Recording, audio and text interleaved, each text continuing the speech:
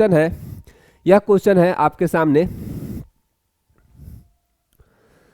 सबसे पहले आपसे पूछा गया है कि 1/4 पाई एप्सिलॉन नॉट का मान जो होता है वह कितना के बराबर होता है। तो हम लोग जानते हैं, सबसे पहले हम लोग पढ़े हैं, ध्यान रखिएगा कि दो आवेश, एक Q1 है और एक Q2।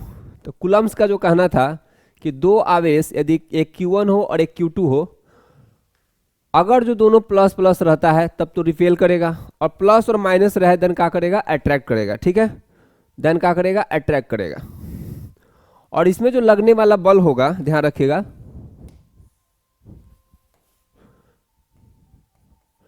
ये जो लगने वाला बल होगा वह बल डिपेंड करेगा चार्ज पर और दूरी के स्क्वायर के इन्वर्सली। और जब इस दोनों साइन हम एक कंबाइन कर लेते हैं तो हम लोग लिखते हैं इसको आर का स्क्वायर। और जब इस साइन को आप हटाते हैं तो एक कांस्टेंट आप देते हैं के, और इस कांस्टेंट को हम लोग कहते हैं एसआई में यदि इसका मान हमसे पूछा जाता है तो वह होता है 1/4 पाई एप्सिलॉन नॉट। और इसका पूरा जो फाइनल मान यदि हमसे कोई कहे तो वह होता है 10⁹ एसआई में। ठीक है, यह किसमें, एसआई में। उसी तरह से हमसे कहा जाए कि इसका मान सीजीएस में कितना होता है, तो सीजीएस में होता है 1/4 पाई एप्सिलॉन नॉट का मान 1 सीजीएस में, यानी निश्चित ही ध्यान रखिएगा इसका जो मान होगा वह 1 होगा।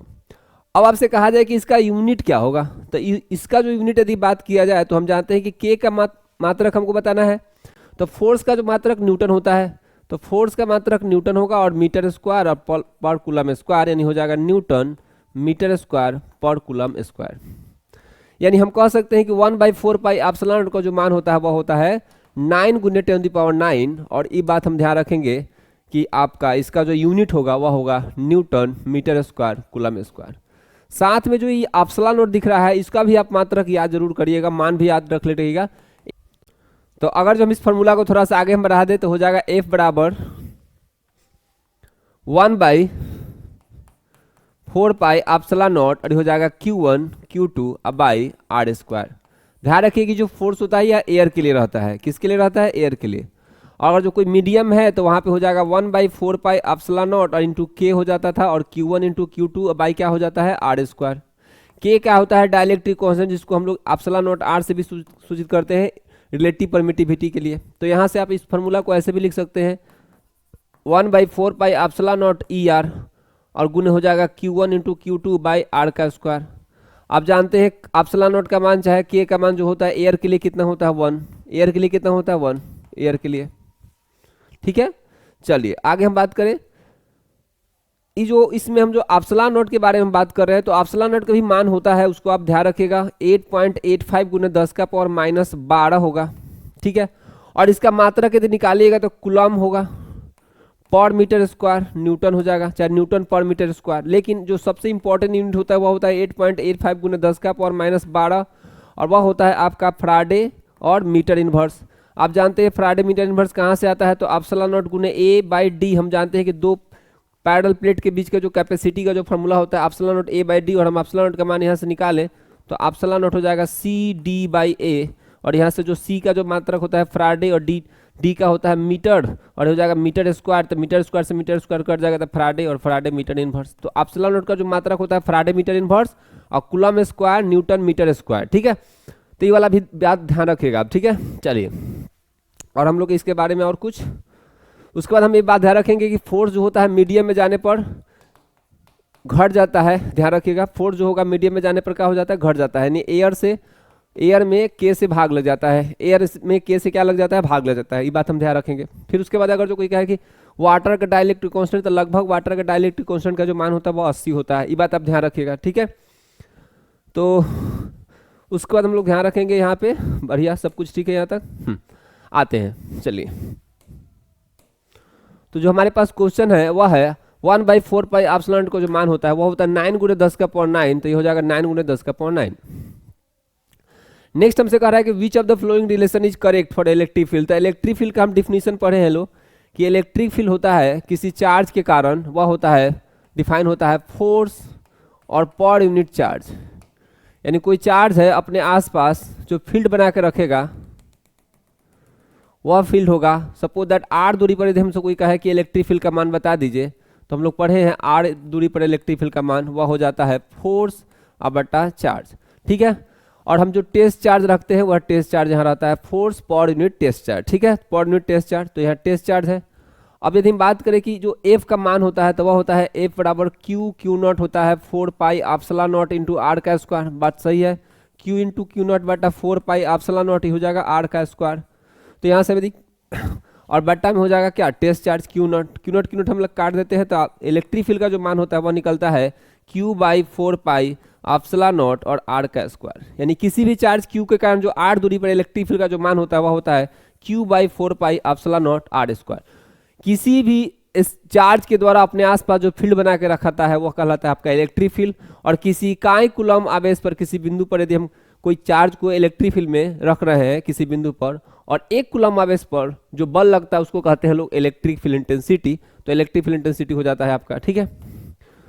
तो हमारे पास जो फॉर्मूला हो जाएगा निश्चित ही आप जानते हैं E इक्वल टू कितना आ जाएगा, ध्यान से देखिए यहाँ पे E इक्वल टू हमारे पास आ जाएगा F बटा क्यू, और हम इसको अच्छा से लिख लेंगे force equal to E Q. तो बहुत इंपॉर्टेंट रिलेशन है कि किसी भी जगह के यदि इलेक्ट्रिक फील्ड E हो और वहां पे एक चार्ज Q रख दे तो उस पर कितना फोर्स लगेगा, तो उस पर जो फोर्स लगेगा फोर्स इक्वल टू हो जाएगा E Q, force equal to क्या हो जाएगा ई क्यू, ठीक है। चलिए आगे हम लोग बढ़ते हैं। तो यहाँ हमारे पास आ गया रिलेशन क्या है, तो हम जानते हैं सिंपल सा रिलेशन दिया हुआ E इक्वल टू क्या होता है आपका F बटा क्यू, क्या होगा F बटा क्यू। अब हम लोग चलते हैं, कह रहा है कि SI unit of electric dipole moment क्या होता है, तो बात हम लोग समझते हैं कि इलेक्ट्रिक डाइपोल मोमेंट क्या होता है। तो अगर जो दो चार्ज समान मान का लेकिन विपरीत आवेश का कुछ दूरी से अलग करके रखा गया हो, देन उसको हम लोग कहते हैं, उस सिस्टम को कहते हैं हम लोग इलेक्ट्रिक डाइपोल, ठीक है, इलेक्ट्रिक डाइपोल। और इस इलेक्ट्रिक डाइपोल के दो चार्ज जिसका मान समान हो और बहुत ही स्मॉल दूरी से अलग करके रखा गया हो, मान समान हो, डायरेक्शन जो हो, चिन्ह जो हो, साइन हो वह विपरीत हो, समान कुछ दूरी पर अलग करके रखा गया हो, देन आपका कहलाता है उसका इलेक्ट्रिक डाइपोल। उस सिस्टम को क्या कहते हैं इलेक्ट्रिक डाइपोल, यानी दो चार्ज समान मैग्नीट्यूड का लेकिन अपोजिट साइन का कुछ दूरी से अलग करके रखा जाए, देन उसको कहा जाता है इलेक्ट्रिक डाइपोल। और ध्यान रखिएगा इसका एक टर्म डिफाइन किया जाता है इलेक्ट्रिक डाइपोल का, वह होता है इलेक्ट्रिक डाइपोल मूवमेंट, जो कि इलेक्ट्रिक डाइपोल मूवमेंट यदि आपसे कोई पूछे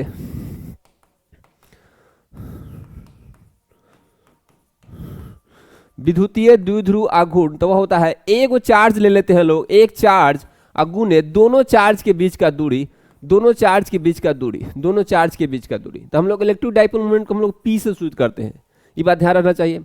इलेक्ट्रिक डाइपोल मूवमेंट का यदि कोई कहे कि मात्रक बता दीजिए एसआई यूनिट, तो एसआई यूनिट ध्यान रखिए क्या हो जाता है कूलम और मीटर, क्या होता है कूलम मीटर, और एक साथ में कहते हैं D B Y, D by कहते हैं, ठीक है, तो डी बाई हो जाता है कूलम मीटर। कूलम मीटर ध्यान रखिए इलेक्ट्रिक डाइपोल मूवमेंट का मात्रक होगा कूलम मीटर।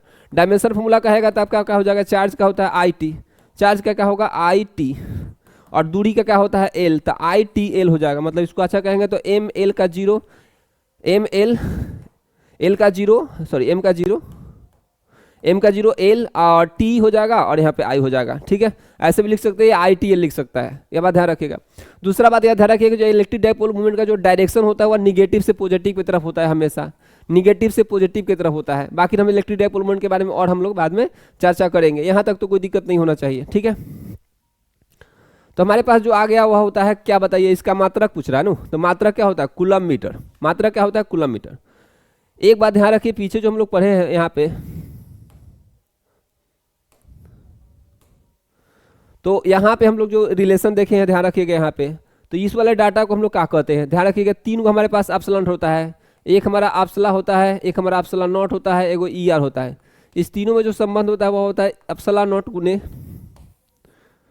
एप्सिलॉन नॉट गुने क्या होता है ई आर होता है, क्या होता है ई आर, ठीक है।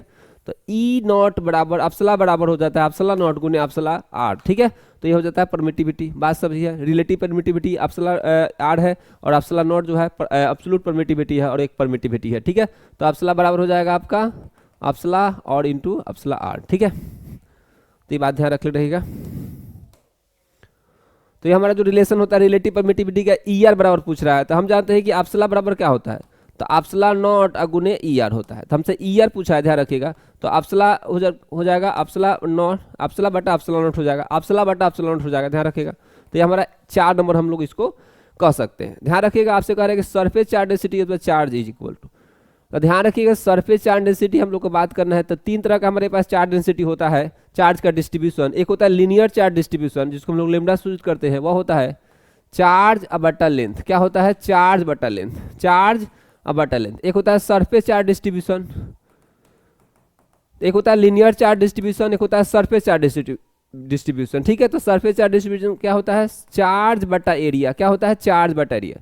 रेखीय आवेश घनत्व का जो मात्रक हो जाएगा वह हो जाएगा कूलम बाई मीटर। क्या होगा? Coulomb by metre. और अगर जो यहाँ से कहा जाए कि सरफेस चार्ज डेंसिटी प्लस आवेश घनत्व का जो मात्रक हो जाएगा आपका हो जाएगा कूलम बटा मीटर स्क्वायर। और एक होता है वॉल्यूमेट्रिक चार्ज डिस्ट्रीब्यूशन। तो वॉल्यूमेट्रिक चार्ज डेंसिटी क्या होता है? चाहे वॉल्यूमेट्रिक चार्ज डिस्ट्रीब्यूशन क्या होता है? चार्ज बटा वॉल्यूम। क्या होता है? चार्ज बटा वॉल्यूम। इसका मात्रक निकालिएगा तो चार्ज बटा मीटर की हो जाएगा। तो लीनियर चार्ज डेंसिटी क्या होता है? चाहे लीनियर चार्ज डिस्ट्रीब्यूशन क्या होता है? तो किसी लंबाई के अलॉन्ग आवेश यदि फैला हुआ है देन लीनियर चार्ज डिस्ट्रीब्यूशन है। उसके कारण इसको हम लोग डेंसिटी डिफाइन करते हैं लीनियर चार्ज डेंसिटी, जो कि होता है चार्ज पर यूनिट लेंथ। ठीक है, आवेश बटा लंबाई। ठीक है, जो भी आवेश फैला हुआ होगा लंबाई के अलॉन्ग वह आवेश बटा उसका लंबाई। सरफेस चार्ज डिस्ट्रीब्यूशन क्या होता है? किसी सतह पर यदि आवेश बराबर रूप से फैला हुआ है कहलाता है सरफेस चार्ज डिस्ट्रीब्यूशन। उसमें हम लोग टर्म डिफाइन करते हैं सरफेस चार्ज डेंसिटी, जो कि होता है चार्ज बटा सरफेस एरिया, चार्ज बटा सरफेस एरिया। ठीक है, ध्यान रखिएगा। तीसरा आपसे कहा जाए कि किसी वॉल्यूमेट्रिक चार्ज डिस्ट्रीब्यूशन मतलब वॉल्यूमेट्रिक चार्ज डेंसिटी, तो वह होता है आपका क्यूबिकल चार्ज डेंसिटी, जिसको कहते हैं हम लोग चार्ज पर यूनिट वॉल्यूम, यानी चार्ज बटा वॉल्यूम। तो 3 तरह से हमारे पास, और मात्रक भी आप याद रख ले रहिएगा। ठीक है, तो हमारे पास कह रहा है कि the surface charge density of charge, तो सरफेस चार्ज डेंसिटी क्या होता है? तो टोटल चार्ज बटा एरिया होता है। टोटल चार्ज बटा क्या होता है? एरिया होता है। उसके बाद कहा जाए कि डाइलेक्ट्रिक कांस्टेंट का जो होता है वाटर का कितना होता है? तो 80 होता है, आप ध्यान रखिएगा। अगर जो आपसे कहा जाए, अभी हम लोग पढ़े हैं कि कोई भी चार्ज है, a value of force acting on a charge particle in electric field, कह रहा है कि विद्युतीय क्षेत्र में आवेशित कण पर कितना बल लगता है। तो हम जानते हैं कि विद्युतीय क्षेत्र यदि आपके पास कहीं पे है तो विद्युतीय क्षेत्र को इस तरह से हम दिखाते हैं, और यदि हमारा इलेक्ट्रिक फील्ड यहाँ पे है और इसमें यदि कोई प्लस चार्ज रखा हुआ है तो हम जानते हैं कि प्लस चार्ज को अपने साथ लेके जाता है इलेक्ट्रिक फील्ड, और फोर्स कितना लगता है? तो हम जानते हैं ई गुने क्यू। दूसरा बात हम लोग जानते हैं कि यदि हमारा कोई निगेटिव चार्ज है, निगेटिव चार्ज, और उस पर जो फोर्स लगता है हम जानते हैं इलेक्ट्रिक फील्ड के विपरीत दिशा में लगता है, और वह हो जाता है एफ बराबर ई क्यू। ठीक है, एफ बराबर क्या होता है? E Q. तो यह हम लोग को बात दोनों याद है। ठीक है, अब हम लोग को आगे बढ़ना है इसमें। चलिए, तो नेक्स्ट हमारे पास जो डाटा है यह हमारा हो गया। कह रहा है कितना फोर्स लगेगा? तो फोर्स इजकल टू होता है E Q, force equal to होता है E Q, force equal to होता है ई क्यू। और अगर जो चार्ज के जगह इलेक्ट्रॉन रहता, चार्ज के जगह क्या रहता है? इलेक्ट्रॉन, तो इलेक्ट्रॉन पर फोर्स लगता F equal to E into E. कितना लगता? E into E. ठीक है, चलिए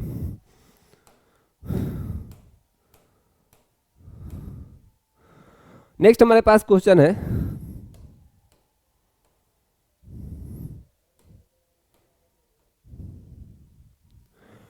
कह रहा है आपसे कि which of the flowing is an is possible in relation Q equal to N E. तो कौन सा आवेश जो है पॉसिबल है? तो हम लोग पढ़े हैं कि किसी भी वस्तु का जो आवेश होता है वह क्वांटाइज होता है। मतलब किसी क्वांटाइजेशन ऑफ चार्ज से क्या समझते हैं कि किसी भी वस्तु का जो आवेश होता है वह किसी इलेक्ट्रॉन के आवेश का, यानी किसी इलेक्ट्रॉन के आवेश का पूर्णांक गुणज होता है। यानी इलेक्ट्रॉन का जो आवेश होता है 1.6 गुने 10 के पावर -19 होता है, उसी में पूर्णांक से गुना किया गया होगा। तो हम लोग पढ़े थे कि हमेशा कहीं से चार्ज यदि निकलेगा तो हमेशा इलेक्ट्रॉन का गुणज निकलेगा। मान लेते हैं 5 इलेक्ट्रॉन निकल गया, तो जो वस्तु पर जो चार्ज आएगा वह हो जाएगा Q बराबर 5e आएगा, लेकिन काची में आएगा? प्लस में। और वही हम बात कर रहे थे कि यदि इलेक्ट्रॉन आता है देन हो जाएगा माइनस में, 5 इलेक्ट्रॉन यदि आएगा देन हो जाएगा माइनस में। मतलब हमेशा जो है कहीं ना कहीं चार्ज होता है वह बराबर होता है प्लस माइनस एन ई के। क्या होता है? Plus minus N E. अगर जब हम इसको मैग्नीट्यूड में सिंपल डिफाइन करें तो Q equal to N E होता है। एन का मान हमेशा ध्यान रखिएगा आपका इंटीजर रहेगा। क्या रहेगा? इंटीजर, पूर्णांक रहेगा, इंटीजर। ठीक है, इंटीग्रल। तो यानी एन का मान क्या हो सकता है यहाँ पे? तो एन का मान हो सकता है 1 2 3 4, हमेशा पूर्णांक रहेगा। ठीक है, तो अब यहाँ बात करेंगे तो इंटीग्रल मल्टीपल होना चाहिए। मतलब कोई भी चार्ज है, जैसे मान लेते हैं आपसे कहा जाए कि क्या यह चार्ज संभव है, क्या यह चार्ज संभव है, यहाँ पे ध्यान रखिए, कोई एग्जाम में कह देगा कि देखिए क्या यह चार्ज संभव है का, देखिए तनी ध्यान से, यह हमारा चार्ज संभव है का, तो हम देखेंगे भाई कहीं ऐसा तो नहीं ना कि एन का मान पूर्णांक आ जा रहा है। तो हम लोग जानते हैं क्यू इजकल टू क्या होता है एन ही, तो एन इजकल टू क्या हो जाएगा क्यू बाई ऑलवेज। तो Q का मान हमारे पास है 3.2 गुने 10 का पावर कितना है -19, और E का मान कितना होता है 1.6 गुने 10 का पावर -19। अब यदि हम इसको काट देते कितना आ जाएगा 16 दूनी 32 आ जाएगा, मतलब n का मान कितना आ जाएगा 2 आ जाएगा, मतलब यह संभव है, ये चार्ज संभव है। ठीक है, तो जो चार्ज n का मान यदि फ्रैक्शन आ गया, सपोज दैट n का मान आपका आ गया 1/3, n का मान आ गया 2/3, तो इस टाइप का यदि 7/5 फ्रैक्शन आया भिन्न आया, देन कहिएगा कि वह चार्ज संभव नहीं है। ठीक है, तो यह होता है क्वांटाइजेशन ऑफ चार्ज के कंसेप्ट पर। ठीक है, तो बताइए कि इसमें से कौन सा चार्ज जो है संभव, विच of the flowing value of n is not possible. तो फ्रैक्शन तो n का मान पॉसिबल नहीं होता है, n का मान फ्रैक्शन पॉसिबल नहीं होता है, मतलब सी नंबर ऑप्शन सही होगा। ठीक है, आगे कह रहा है कि the value of E R in air, तो रिलेटिव परमिटिविटी का मान एयर के लिए कितना होता है 1 होता है, चाहे डाइलेक्ट्रिक कांस्टेंट का मान एयर के लिए कितना होता है 1 होता है। ठीक है, वही हम बात करें तो वाटर के लिए कितना होता है, वाटर के लिए 80 होता है, के का मान भी 80 होता है। ठीक है, तो कह रहा है कि यहाँ पे हो गया हवा के लिए। ठीक है, आवेश का बीमा होता है, चार्ज का मात्रक, चार्ज इक्वल टू क्या होता है क्यू इक्वल टू हम लोग पढ़ते हैं I T, Q equal to क्या होता है आई टी, और क्यू इक्वल टू क्या पढ़ते हैं लोग एन ई। तो यहाँ से मात्रक देखिए, तो आई का मान कितना हो जाएगा, आई होता है, टाइम का टी होता है, तो क्यू इक्वल टू होता है आई टी हो जाएगा, आई टी हो जाएगा। और आई को यदि ए लिख देगा तो कोई दिक्कत नहीं है, ए टी भी हो जाएगा, तो क्या हो जाएगा ए टी, एम्पियर टी। ठीक है, एम्पियर टी। बात हम लोग आगे बढ़ते हैं, करे विच of the flowing has the unit of volt बटा मीटर, वोल्ट बटा मीटर कह रहा है, ध्यान रखिएगा वोल्ट बटा मीटर। तो ध्यान रखिएगा इलेक्ट्रिक फील्ड का पोटेंशियल के साथ एक रिलेशन होता है E equal to minus D by D R, क्या होता है minus D by D R, change in potential with respect to time. अगर जो एक वेरिएबल पोटेंशियल डिफेंड कर रहा निर्भर कर रहा हो तो एक पर तो हो जाएगा माइनस डेल यू। ठीक है, तो एक वेरिएबल पर डिपेंड करेगा तो del V by del R होता है। इसका मैग्नीट्यूड में यदि हम बात करें तो हो जाएगा इसका मान वो हो जाएगा ई बराबर minus d V by D r, यानी हम कह सकते हैं del V by del r. ठीक है, या इसको हम कह सकते हैं V two minus V one बटा r two minus r one. जैसे कि हमसे कोई कहे कि देखिए यहाँ पे एक चार्ज है -5 वोल्ट का है और यहाँ 0 वोल्ट है और इसके बीच का दूरी यदि 0.01 मीटर है, तो कहा जाएगा इसके बीच में कितना इलेक्ट्रिक फील्ड एग्जिस्ट करेगा। तो हम कहेंगे देखिए भाई हो जाएगा V2 माइनस V1 बटा डेल आर, कितना होगा डेल आर, और V2 का मान कितना हो जाएगा 0 और -5, अब बटा में क्या होगा डेल आर के मान के 0.01 है, मोड ले लेंगे तो यहाँ से हो जाएगा 5 बटा 0.01। ठीक है, यहाँ से हो जाएगा 500, यहाँ हो जाएगा वोल्ट बटा मीटर, क्या होगा वोल्ट बटा मीटर। तो इस तरह से आप कंसेप्ट को यूज करिएगा अगर जो क्वेश्चन में आता है। तो हमसे पूछा जा रहा था कि बताइए कि वोल्ट बटा मीटर क्या होता है, तो देखिए इसका मात्रक एक और हो सकता है, इलेक्ट्रिक फील्ड का मात्रक हमारे पास 2 गो हो सकता है, फोर्स बटा कूलम न्यूटन पर कूलम हो सकता है। ठीक है, दूसरा हमसे कहा जाए कि ई इक्वल टू हो जाएगा तो डी वी बाई कितना हो जाएगा डी आर, तो डेल वी का तो मात्रक होता है वोल्ट, क्या होता है वोल्ट। ठीक है, और डी आर का मात्रक होता है मीटर, तो हम कह सकते हैं कि वोल्ट पर मीटर भी हो जाएगा। तो इलेक्ट्रिक फील्ड का मात्रक हमारे पास कितना हो जाएगा इलेक्ट्रिक फील्ड इंटेंसिटी का, वह होगा न्यूटन पर कूलम, और फिर क्या होगा वोल्ट बटा मीटर। ये 2 का मात्रक आप ध्यान रखिएगा, वोल्ट बटा मीटर और न्यूटन पर कूलम। ठीक है, कोई दिक्कत नहीं है। ठीक है, कोई दिक्कत नहीं है। चलिए आगे बढ़ जाते हैं हम लोग। तो हमारे पास जो डाटा है आपका आ गया वोल्ट पर मीटर किसका हो जाएगा, वह हो जाएगा इलेक्ट्रिक फील्ड इंटेंसिटी का या इलेक्ट्रिक फील्ड का। ठीक है, दूसरा हमसे कह रहा है कि जो एप्सिलॉन नॉट है उसका मात्रक क्या होता है, तो उसका मात्रक आज बताए हैं, उसका मात्रक हमारे पास होता है, एक होता है एप्सिलॉन नॉट का मात्रक, वह होता है आपका coulomb square newton metre square, और अब एक बताए हैं फ्राडे मीटर, यानी फ्राडे मीटर इनवर्स। क्या होता है फ्राडे मीटर इनवर्स, तो जो पूछता है वह फ्राडे मीटर इनवर्स पूछता है, तो फ्राडे मीटर इनवर्स आपका पूछा है। ठीक है, फिर उसके बाद करेगा unit of surface charge density, तो आज बताए हैं सरफेस चार्ज डेंसिटी के मात्रक, तो सिग्मा का जो मात्रक सरफेस चार्ज डेंसिटी क्या होता है चार्ज बटा एरिया, चार्ज बटा एरिया, तो चार्ज के मात्रक कूलम और एरिया का होता है मीटर स्क्वायर, यानी कूलम मीटर स्क्वायर, क्या हो जाएगा कूलम मीटर स्क्वायर, कूलम पर मीटर स्क्वायर, कूलम पर मीटर स्क्वायर, तो हो जाएगा कूलम पर मीटर स्क्वायर, तो हो जाएगा कूलम पर मीटर स्क्वायर, कूलम पर मीटर स्क्वायर। ठीक है, चलिए यहाँ तक कोई दिक्कत नहीं होना चाहिए। नेक्स्ट हमसे कहा जा रहा है, ध्यान रखिए, कह रहा है कि देखिए एक चार्ज है क्यू पर जो है the net force on Q is 0, Q पर जो नेट फोर्स है वह 0 है, देन वैल्यू ऑफ क्यू बटा क्यू, तो क्यू पर नेट फोर्स 0 है, तब यहाँ ध्यान रखिएगा यह एक स्क्वायर फॉर्म में दिया हुआ है आपको। एक मिनट इसको हम लोग अच्छा कर लेते हैं इधर। हाँ, तो जो नेट फोर्स कह रहा है कि जो क्यू पर वह 0 है। अब बातों को समझिए, इसमें कुछ मिस्टेक है शायद, देखते हैं क्या मिस्टेक है। तो एक हो जाएगा प्लस क्यू और एक हो जाएगा माइनस क्यू, एक हो जाएगा प्लस क्यू और एक यहाँ पे दिया हुआ है क्यू ए दिया है, ठीक है।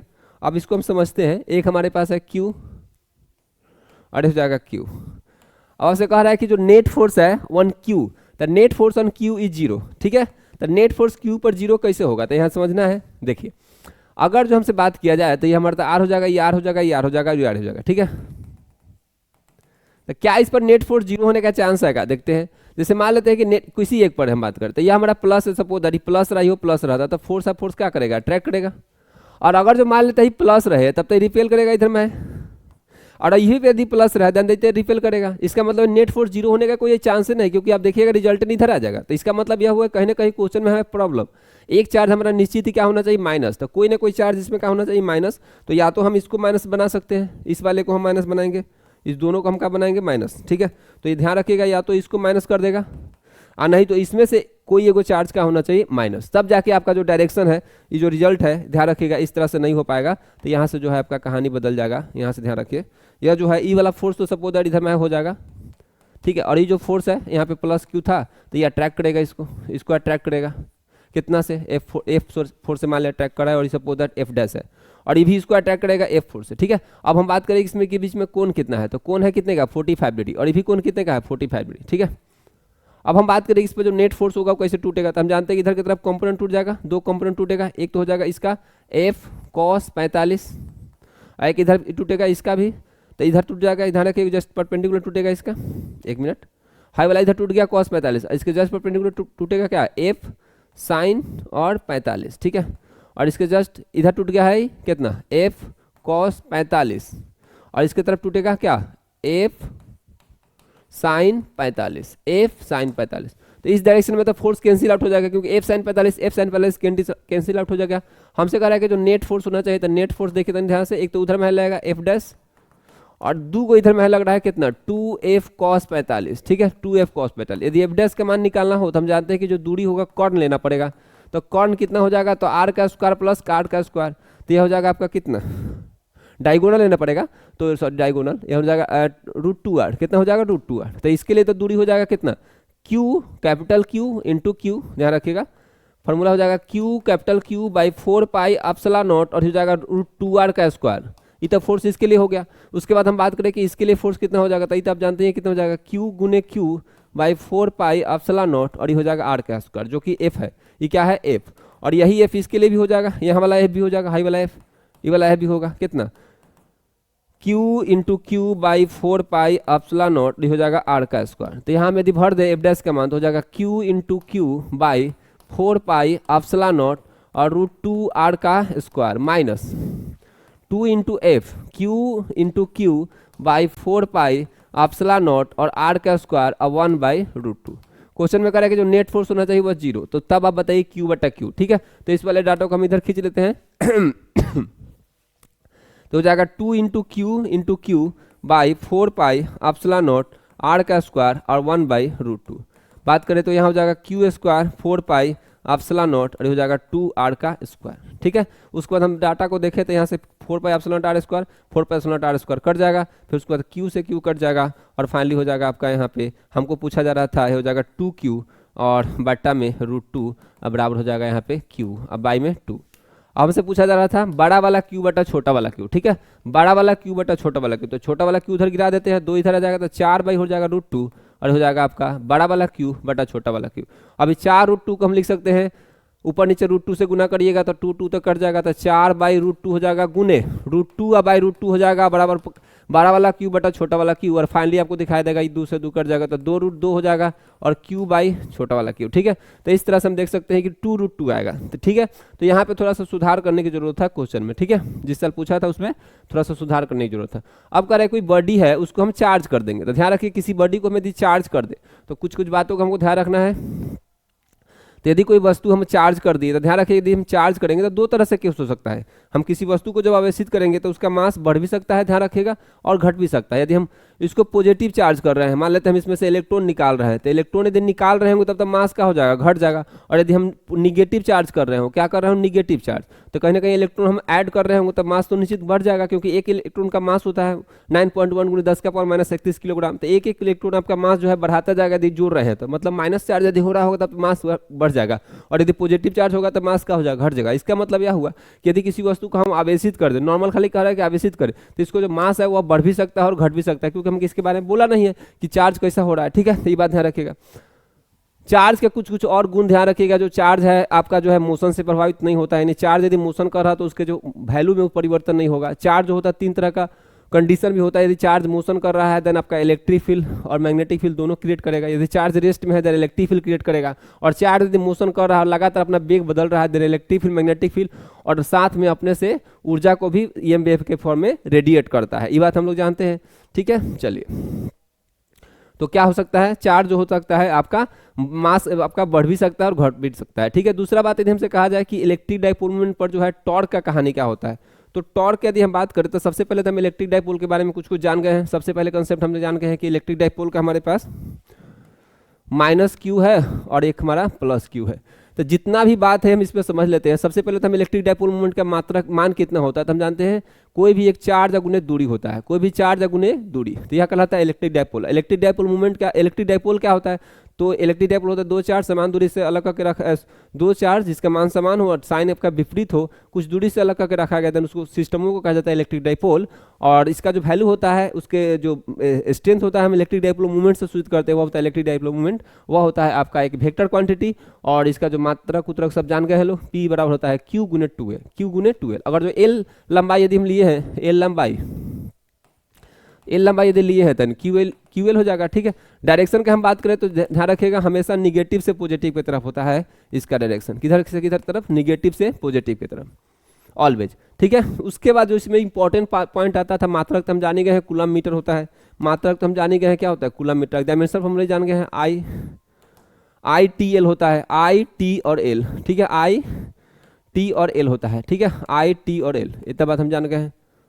उसके बाद हमसे कहा जाए कि इसके बारे में और कुछ कुछ बताया जाए, तो जैसे कि हम लोग जानते हैं कि इलेक्ट्रिक डाइपोल जो है अपने आसपास इलेक्ट्रिक फील्ड भी क्रिएट करता है, जिसमें होता है इक्वेटोरियल पोजीशन, एक्सियल पोजीशन। तो इक्वेटोरियल पोजीशन का बात किया जाए, यदि यहाँ से x दूरी पर यदि आपसे कोई कहता था कि इक्वेटोरियल पोजीशन पर इलेक्ट्रिक फील्ड का मान बताइए, तो वह होता था आपका P/4πε0 और x का q होता था।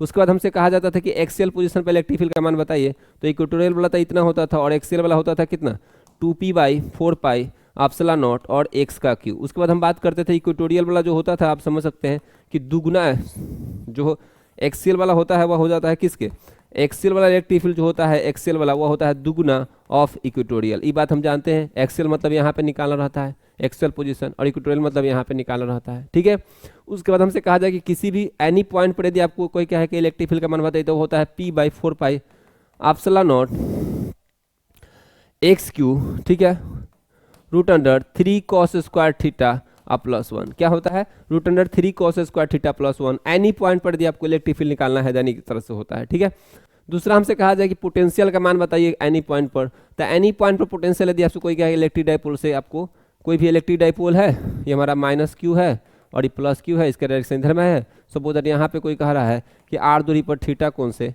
इलेक्ट्रिक डाइपोल का पोटेंशियल का मान बताइए इलेक्ट्रिक डाइपोल मूवमेंट के कारण, तो आप पढ़े हैं P cos θ/4πε0 और होता था x का स्क्वायर। ठीक है, 4πε0 और x का स्क्वायर। ठीक है, उसके बाद हमसे कहा जाता था कि इस केस में यदि आपसे पूछा जाता था कि आप बताइए इक्वेटोरियल पर, तो आप जानते हैं cos थीटा का जो मान हो जाता है 90, तो मतलब इक्वेटोरियल पर तो हो जाता है कितना 0, इक्वेटोरियल पर कितना हो जाता है 0 पोटेंशियल का मान। ठीक है, और इसके साथ रिलेटेड हमको कुछ कुछ बात सीखना रहता था, जैसे कि कोई इलेक्ट्रिक डाइपोल है और उसको जो है इलेक्ट्रिक फील्ड में हम रख दे तो उस पर एक टॉर्क लगने लगता है। वह जो टॉर्क होता है वह होता है P vector cross E vector. क्या होता है, P vector cross E vector. यदि मैग्नीट्यूड में टॉर्क का मान कहा जाए तो P sin थीटा। ठीक है, उसके बाद हमसे कहा जाए कि किसी भी इलेक्ट्रिक डाइपोल को थीटा से टर्न कराना हो तो कितना वर्क डन करना पड़ेगा, तो P × 1 - cos थीटा। उसके बाद हमसे कोई कहा है कि पोटेंशियल एनर्जी किसी इलेक्ट्रिक डाइपोल का कितना होता है, तो हम लोग पढ़े थे माइनस किसी इलेक्ट्रिक डाइपोल को यदि हम किसी इलेक्ट्रिक डाइपोल को इलेक्ट्रिक फील्ड में रख देंगे, ई इलेक्ट्रिक फील्ड में, ई वैल्यू वाले इलेक्ट्रिक फील्ड में, देन कितना होता था पोटेंशियल एनर्जी, तो पोटेंशियल एनर्जी यू से सूत्र हम यदि कर दे तो होता था माइनस पी ई और इंटू कॉस थीटा, और वेक्टर फॉर्म में लिख देते तो पी वेक्टर और डॉट ई वेक्टर, लेकिन काची के साथ, माइनस के साथ। इतना बात हम लोग जानते हैं, ठीक है। तो अब हम लोग चलते हैं, बातों को समझते हैं। तो हमसे कह रहा है कि देखिए एक टॉर्क जो बताइए कि टॉर्क का मान कितना हो, तो टॉर्क का मान हम जान गए हैं कितना होता है, P vector cross E vector, P vector cross E vector, बात सही है।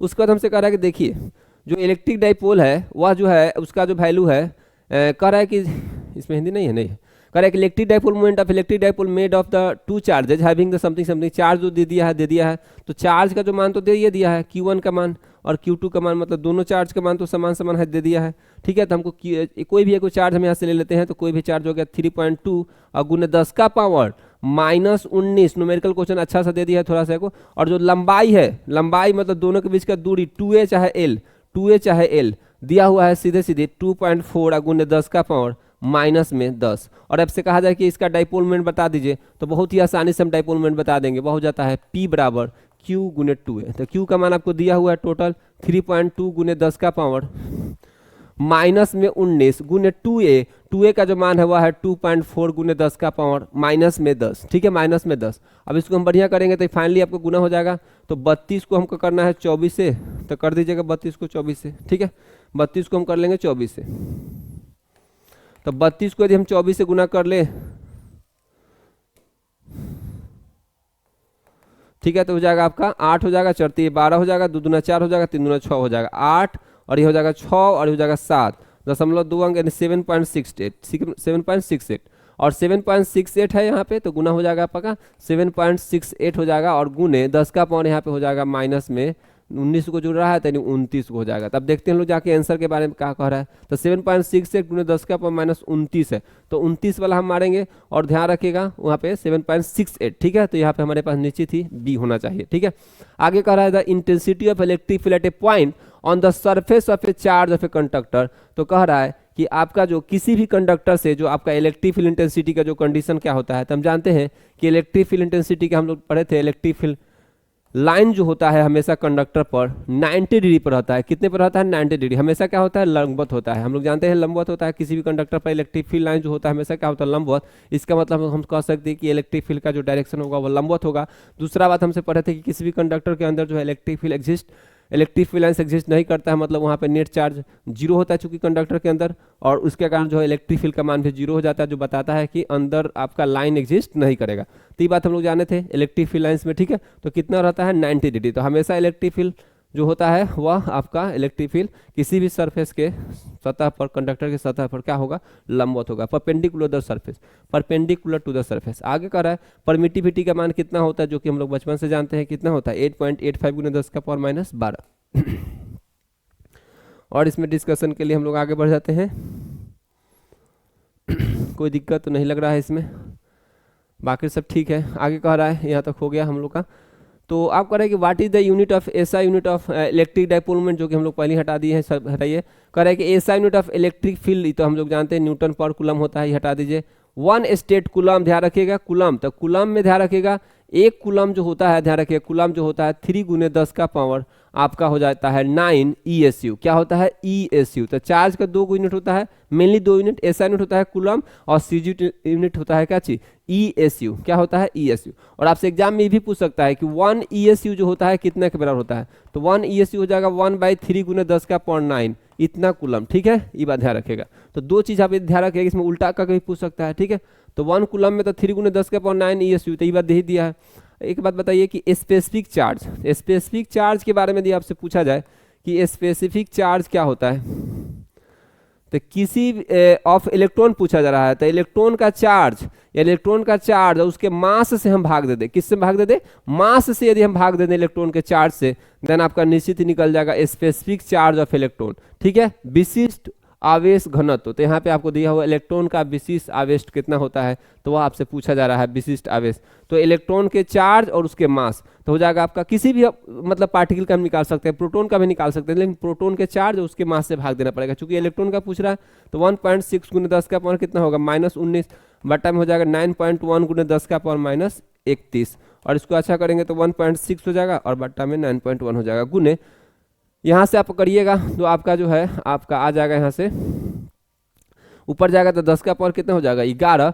तो निश्चित ही आप देख सकते हैं जो ऑप्शन है आपका एक ही आपका टकरा रहा है, वह हो जाएगा आपका 1.8 गुने 10 का पावर 11। ठीक है, तो लगभग यहाँ पहले तो आएगा कितना, यहाँ पे हो जाएगा 12 आएगा। ठीक है, उसके बाद हम 160 है 16/9 9 1 करेंगे और गुने 10 का पावर हो जाएगा 11। यहाँ पे फाइनली एगो 10 दे दे इसको, तो उसके बाद हम 9 में भाग देंगे तो हो जाएगा 1 पॉइंट यानी 9 6 54 थी 9 एकम 9 हो जाएगा। उसके बाद हमको बात करेंगे 7 हो जाएगा, तो ठीक है लगभग हो जाएगा 9 6 54 3 बनता है तो 1.8 ही आएगा 10 का पावर 11 कूलम चार्ज हो गया। अब बटा मास, तो मास यानी कूलम पर किलोग्राम। तो स्पेसिफिक चार्ज का मात्रा भी याद रखिएगा, स्पेसिफिक चार्ज की मात्रा हो जाएगा कूलम बटा आपका कूलम बटा पर किलोग्राम। ध्यान रखिएगा अगर जो कोई कहे कि क्वांटा ऑफ चार्ज क्या होता है, तो एक इलेक्ट्रॉन के चार्ज को कहा जाता है क्वांटा ऑफ चार्ज, यानी मिनिमम चार्ज जो होता है किसी वस्तु का उसको कहा जाता है क्वांटा ऑफ चार्ज, जो कि मान होता है 1.6 गुने 10 का पावर -19। लेकिन ध्यान रखिएगा यदि क्वांटा ऑफ ईएसयू पूछा जाए, क्वांटा ऑफ ईएसयू तो एक कूलम में, ध्यान रखिएगा तो क्वांटा ऑफ चार्ज तो कूलम में क्या होता है, क्वांटा ऑफ चार्ज तो कूलम होता है 1.6 गुने 10 का पावर -19। लेकिन वही यदि कहा जाए quanta of ईएसयू, quanta of charge in ईएसयू, तो ईएसयू में यदि पूछा जाए तो हम जानते हैं इसको बदल देंगे 1.6 गुने 10 का पावर -19 और हो जाएगा 3 गुने 10 का पावर 3 गुने 10 का पावर 9 हो जाएगा, 3 गुने 10 का पावर 9। तो ये हमारा चल गया है किस में, ईएसयू में। तो क्वांटा ऑफ चार्ज यदि पूछा जाए ईएसयू में तो यह हो जाएगा और इसको गुना करिएगा तो 48 4.8 गुने 10 का पावर हो जाएगा माइनस, यहाँ पे हो जाएगा आपका 20 हो जाएगा, कितना होगा 10 होगा, कितना होगा -10। ठीक है -10, तो 4.8 गुने 10 का पावर -10 होगा ईएसयू क्वांटा ऑफ चार्ज। लेकिन यदि कूलम में पूछेगा तो 1.6 गुने 10 का पावर -19 और अगर जो ईएसयू में पूछेगा तो ध्यान रखिएगा 4.8 गुने 10 का पावर -10 होगा। ठीक है, तो ये बात ध्यान रखिएगा। चलिए आगे हम लोग बढ़ जाते हैं, कर इतना बात हो गया हमारा। तो 1.8 गुने हो जाएगा समथिंग करा कि इलेक्ट्रोस्टैटिक फील्ड क्या होता है, इलेक्ट्रिक फील्ड जो होता है हमेशा क्या होता है, एक कंजर्वेटिव फील्ड होता है, क्योंकि आप जानते हैं उसमें एक जगह से दूसरी जगह वस्तु को ले जाने में कोई भी वर्क डन करना नहीं पड़ता है। तब ऐसा फील्ड जहाँ पे हम लोग किसी पार्टिकल को या किसी बॉडी को यानी चार्ज को समझिए, तो यहाँ पे हम लोग बात करेंगे एक जगह से दूसरी जगह ले जाते हैं तो वर्क डन करने वाला जो वर्क डन जो होता है वह आपका पाथ पर निर्भर नहीं करता है, किस रास्ते से ले जाते हैं उससे कोई मतलब नहीं होता है। तो यह यदि कंडीशन यदि अप्लाई हो रहा है देन वो फील्ड कहलाता है कंजर्वेटिव। तो जो ध्यान रखिएगा electric field, gravitational field, magnetic field, ये सब कंजर्वेटिव फील्ड होता है, तो ये हमारा कंजर्वेटिव फील्ड है। ठीक है, अब हम बात करेंगे कि which of the conservative field, ध्यान रखिएगा इलेक्ट्रिक फील्ड कैसे, इलेक्ट्रोस्टैटिक फील्ड कैसा होता है, conservative field, gravitational field, magnetic field. ध्यान रखिएगा वैसा फील्ड जो किसी के फोर्स के प्रभाव में रहे देन ऊपर निश्चित ही कंजर्वेटिव होता है, संरक्षित बल क्षेत्र होता है। तो कैसा होता है, संरक्षित होता है। ठीक है, उसके बाद कह रहा है कि स्केलर क्वांटिटी, कौन सा इसमें स्केलर होता है, तो हम जानते हैं आपका चार्ज भी स्केलर होता है, कैपेसिटी भी स्केलर होता है, पोटेंशियल भी स्केलर होता है, मतलब ऑल ऑफ दीज होगा, ऑल ऑफ दीज। ठीक है, करा इंटेंसिटी ऑफ इलेक्ट्रिक फील्ड आप जानते हैं ई बराबर क्या होता है, एफ बटा क्यू, ई बराबर क्या होता है, एफ बटा क्यू, एफ बटा क्यू जो कि हम लोग पढ़ लिए हैं। ठीक है, तो ई बराबर हो जाता है एफ बटा क्यू। आगे हम लोग बात करें कि सरफेस एरिया क्या होता है, तो चार्ज बटा एरिया को कहा जाता है सरफेस एरिया, जो कि हम लोग पढ़ लिए हैं। वेक्टर फॉर्म में यदि आपसे कोई कहता है कूलम्स लॉ लिखिए तो आप यहाँ जानते हैं। ठीक है, तो यदि वेक्टर फॉर्म में हमको कोई कहे तो हो जाएगा 1/4 पाई एप्सिलॉन नॉट, हम जानते हैं वह होता है Q1 गुने Q2 बटा R का स्क्वायर, Q1 गुने Q2 बटा R का स्क्वायर। ठीक है, यदि हमसे कोई कहता है कि वेक्टर फॉर्म में लिखने के लिए तो हम जानते हैं इसको लिख सकते हैं Q1, अब इसको दिखाना है 1 मिनट। तो यदि वेक्टर फॉर्म में इसको हम लिखें सीधे तो ध्यान रखिए हम यहाँ पे एक क्या करेंगे, सारा तो स्केलर है लेकिन दूरी को हम वेक्टर बना सकते हैं। तो दूरी को यदि वेक्टर बनाने की कोशिश करें तो हो जाएगा Q1 Q2 अब बाई R का स्क्वायर, यहाँ पे एक R कैप से हम गुना कर देते हैं, कैसे गुना कर देंगे, R कैप से, R कैप लगा दिए। और R कैप क्या होता है तो हम जानते हैं R कैप एक इकाई सदिश होता है, तो यह हो जाता है आपका Q1 Q2 बटा RQ, और R कैप का मैग्नीट्यूड होता है वह वेक्टर बटा उसका मैग्नीट्यूड, क्या होता है R कैप बराबर, R कैप बराबर होता है वह वेक्टर बटा उसका मैग्नीट्यूड। ठीक है, तो ये आपको लिखने आना चाहिए, सिंपल एक R कैप गुना कर दीजिए, काम खत्म हो जाएगा। उसके बाद हम इसको लिखना चाहें तो हो जाएगा वेक्टर फॉर्म में 1/4 पाई एप्सिलॉन नॉट, और ये हो जाएगा Q1 और ये हो जाएगा Q2, यहाँ पे R स्क्वायर होगा भाई। ठीक है, तो यहाँ से हो जाएगा R का स्क्वायर। अब बात करें कि R के मैग्नीट्यूड कितना होता है, तो R का मैग्नीट्यूड R होता है, तो हो जाएगा R वेक्टर बटा R, तो यहाँ फाइनली लिखा जाएगा R और मिलके R का Q और हो जाएगा R वेक्टर। ठीक है, तो यहाँ पे हो जाएगा आपका वेक्टर फॉर्म में कूलम्स लॉ। ठीक है, तो ये ध्यान रखिए कूलम्स लॉ को वेक्टर फॉर्म में पूछ सकता है। तो जाएगा 1/4 पाई एप्सिलॉन नॉट Q1 Q2 और यहाँ R वेक्टर और बटा R का Q, ठीक है। तो R वेक्टर बटा R का Q यानी ए नंबर ही ऑप्शन होगा। तो यहाँ तक तो हमको कोई दिक्कत नहीं होना चाहिए। चलिए आगे हमसे कह रहा है कि which of the flowing charge following is correct for the charge on electron, कौन सा चार्ज होता है इलेक्ट्रॉन पर सही होता है। तो बड़ा सिंपल सा बात हो गया, हटाइए। तो ये हम बात करते हैं SI unit of the electric field intensity क्या होता है, न्यूटन पर कूलम होता है, न्यूटन पर कूलम होता है, ठीक है। चलिए आगे हमसे कह रहा है कि देखिए अब हमसे बात कर रहा है इलेक्ट्रिक फ्लक्स के बारे में। तो हम जानते हैं कि फ्लक्स क्या होता है, किसी भी सतह से गुजरने वाले विद्युतीय बल रेखाओं की जो संख्या होता है उसी को कहा जाता है इलेक्ट्रिक फ्लक्स, ठीक है। तो number of field lines electric field lines passing through a surface is called का चीज इलेक्ट्रिक फ्लक्स होता है। और बात करें जाए कि इलेक्ट्रिक फ्लक्स जो परिभाषा है जो आपका दिया गया था हमारा गॉस के अनुसार, तो गॉस के अनुसार पहले तो हम बात करते हैं कि इलेक्ट्रिक फ्लक्स का क्या क्या हमारे पास फॉर्मूला हो सकता है। तो इलेक्ट्रिक फ्लक्स बराबर था पहले तक गॉस के अनुसार होता है फाई इक्वल टू होता है चार्ज इनसाइड, क्या होता है चार्ज इनसाइड बटा एप्सिलॉन नॉट, क्या होता है चार्ज इनसाइड बटा एप्सिलॉन नॉट। और ऑल्सो हम लोग जानते हैं फ्लक्स इक्वल टू क्या होता है, फ्लक्स इक्वल टू होता है integration of E D A और इंटू कॉस थीटा, क्या होता है E D A into cos theta किसी भी सतह पर, ठीक है। किसी भी सतह से यदि जुड़ा फ्लक्स यदि हमको निकालना है तो फ्लक्स इक्वल टू हम लोग जानते हैं फ्लक्स इक्वल टू होता है Q inside by epsilon naught और होता है integration of E D A और इंटू कॉस थीटा, जहाँ पे क्लॉज हम लोग सरफेस के लिए इंटीग्रेशन लगाते हैं, ठीक है, सरफेस इंटीग्रल। तो कौन सा इंटीग्रल है यहाँ पे, सरफेस इंटीग्रल। अब हम बात करते हैं कि डिफाइन हम लोग गॉस के अनुसार कैसे करते हैं। किसी भी आपसे कोई कहे गॉस के अनुसार फ्लक्स को डिफाइन कीजिए, तो गॉस का स्टेटमेंट है, गॉस का स्टेटमेंट यह है कि किसी भी बंद सतह से जो जुड़ा फ्लक्स होता है, यानी कोई चार्ज है किसी सतह के अंदर है तो उससे जुड़ा फ्लक्स जो होगा अंदर का जो चार्ज होगा उसके चार्ज का 1/एप्सिलॉन नॉट टाइम्स होगा। तो यह अपना कहना चाहता है फ्लक्स गॉस के अनुसार जो है मान लेते हैं Q1 चार्ज है, Q2 चार्ज है हमारा और एक Q3 चार्ज है। तो कहा जाएगा कि इससे जुड़ा फ्लक्स कितना हो जाएगा, तो अंदर का चार्ज तो Q इनसाइड बटा एप्सिलॉन नॉट, Q इनसाइड बटा एप्सिलॉन नॉट, तो क्या हो जाएगा Q1 plus Q2 plus Q3 by epsilon not. अगर जो यहाँ पे एक आध को माइनस में आ जाता तो यहाँ माइनस हो जाएगा। मान लेते हैं इधर Q4 आता तो इसको नहीं लेंगे, सरफेस के बाहर वाला को नहीं लेंगे, सरफेस के अंदर का हम बात करेंगे। तो सरफेस के अंदर से तो किसी भी आवेश से जो जुड़ा फ्लक्स होता है वह सरफेस के अंदर के आवेश का 1/एप्सिलॉन नॉट टाइम्स होता है, यानी charge associated through a close surface is equal to 1/एप्सिलॉन not the charge enclose inside the surface, ठीक है। तो ये हमारा कहलाता है गॉस का थ्योरम कहलाता था फ्लक्स इक्वल टू, ठीक है। तो इतना तब बात हम तत्काल रखते हैं, फिर आगे हम लोग इसके बारे में चर्चा करेंगे, ठीक है। जैसे कि आपसे एक और बात पूछ दिया जाए कि देखिए कोई क्यूब है और क्यूब के कॉर्नर पर एक चार्ज बॉडी रख दिया गया है, कॉर्नर पर एक चार्ज बॉडी, तो कितना फ्लक्स होगा। तो हम जानते हैं क्यूब कॉर्नर पर यदि कोई पार्टिकल रखिएगा तो उसका 1/8 भाग अंदर रहता है। तो अब निश्चित ही यदि इससे फ्लक्स कोई कहेगा तो हो जाता है चार्ज इनसाइड, तो हो जाएगा Q/8, अब आई में क्या हो जाएगा एप्सिलॉन नॉट, क्या होगा एप्सिलॉन नॉट। तो Q इक्वल टू होता है Q/8 एप्सिलॉन। वही यदि हमसे कहा जाएगा कि देखिए कि कोई क्यूब है कि अंदर एक चार्ज बॉडी को रख दिया गया है Q चार्ज, और किसी एक सतह से फ्लक्स बताइए, किसी एक सतह से, तो टोटल फ्लक्स तो हो जाता है कितना Q/, हो जाएगा एप्सिलॉन नॉट, लेकिन एक सतह से कितना हो जाएगा, फेस कितना है 6 गो, तो हम क्या करेंगे 6 से भाग दे देंगे। तो टोटल फ्लक्स पूछता है तो टोटल फ्लक्स पूछेगा तो Q/एप्सिलॉन नॉट, लेकिन एक सतह से पूछा जाए वन सतह से तो Q/6 एप्सिलॉन नॉट हो जाएगा, Q/6 एप्सिलॉन नॉट। उसी तरह से आपसे कहा जाए कि देखिए कोई सेमी सर्कल है और इसके जो सतह है इसके यहाँ पे सेंटरवा पर रख दिया गया है, तो इस सेमी सर्कल से कितना फ्लक्स होगा। तो हम जानते हैं कि टोटल से तो फ्लक्स हो जाएगा कितना Q/एप्सिलॉन, टोटल सर्किल रहता था, लेकिन आधा ही सर्किल वाला है, आधा ही इसका सतह से टकराएगा क्योंकि यहाँ पे चार्ज रखा हुआ है, तो आधा सतह से ही लाइन जाकर टकराएगा, ऐसे आधा सतह से जाकर टकराएगा, तो आधा सतह से जाकर तो उससे भाग दे देंगे। तो Q बटा क्या हो जाएगा 2 एप्सिलॉन नॉट, क्या हो जाएगा Q/2 epsilon not, Q/2 epsilon not semi circle के सेंटर पर रखा जाएगा। तो अगर कोई सेमी सर्कल हेमी स्फीयर है, हेमी स्फीयर है, ध्यान रखिएगा, हेमी स्फीयर के सेंटर पर यदि रखा जाएगा देन हो जाएगा Q/2 एप्सिलॉन नॉट।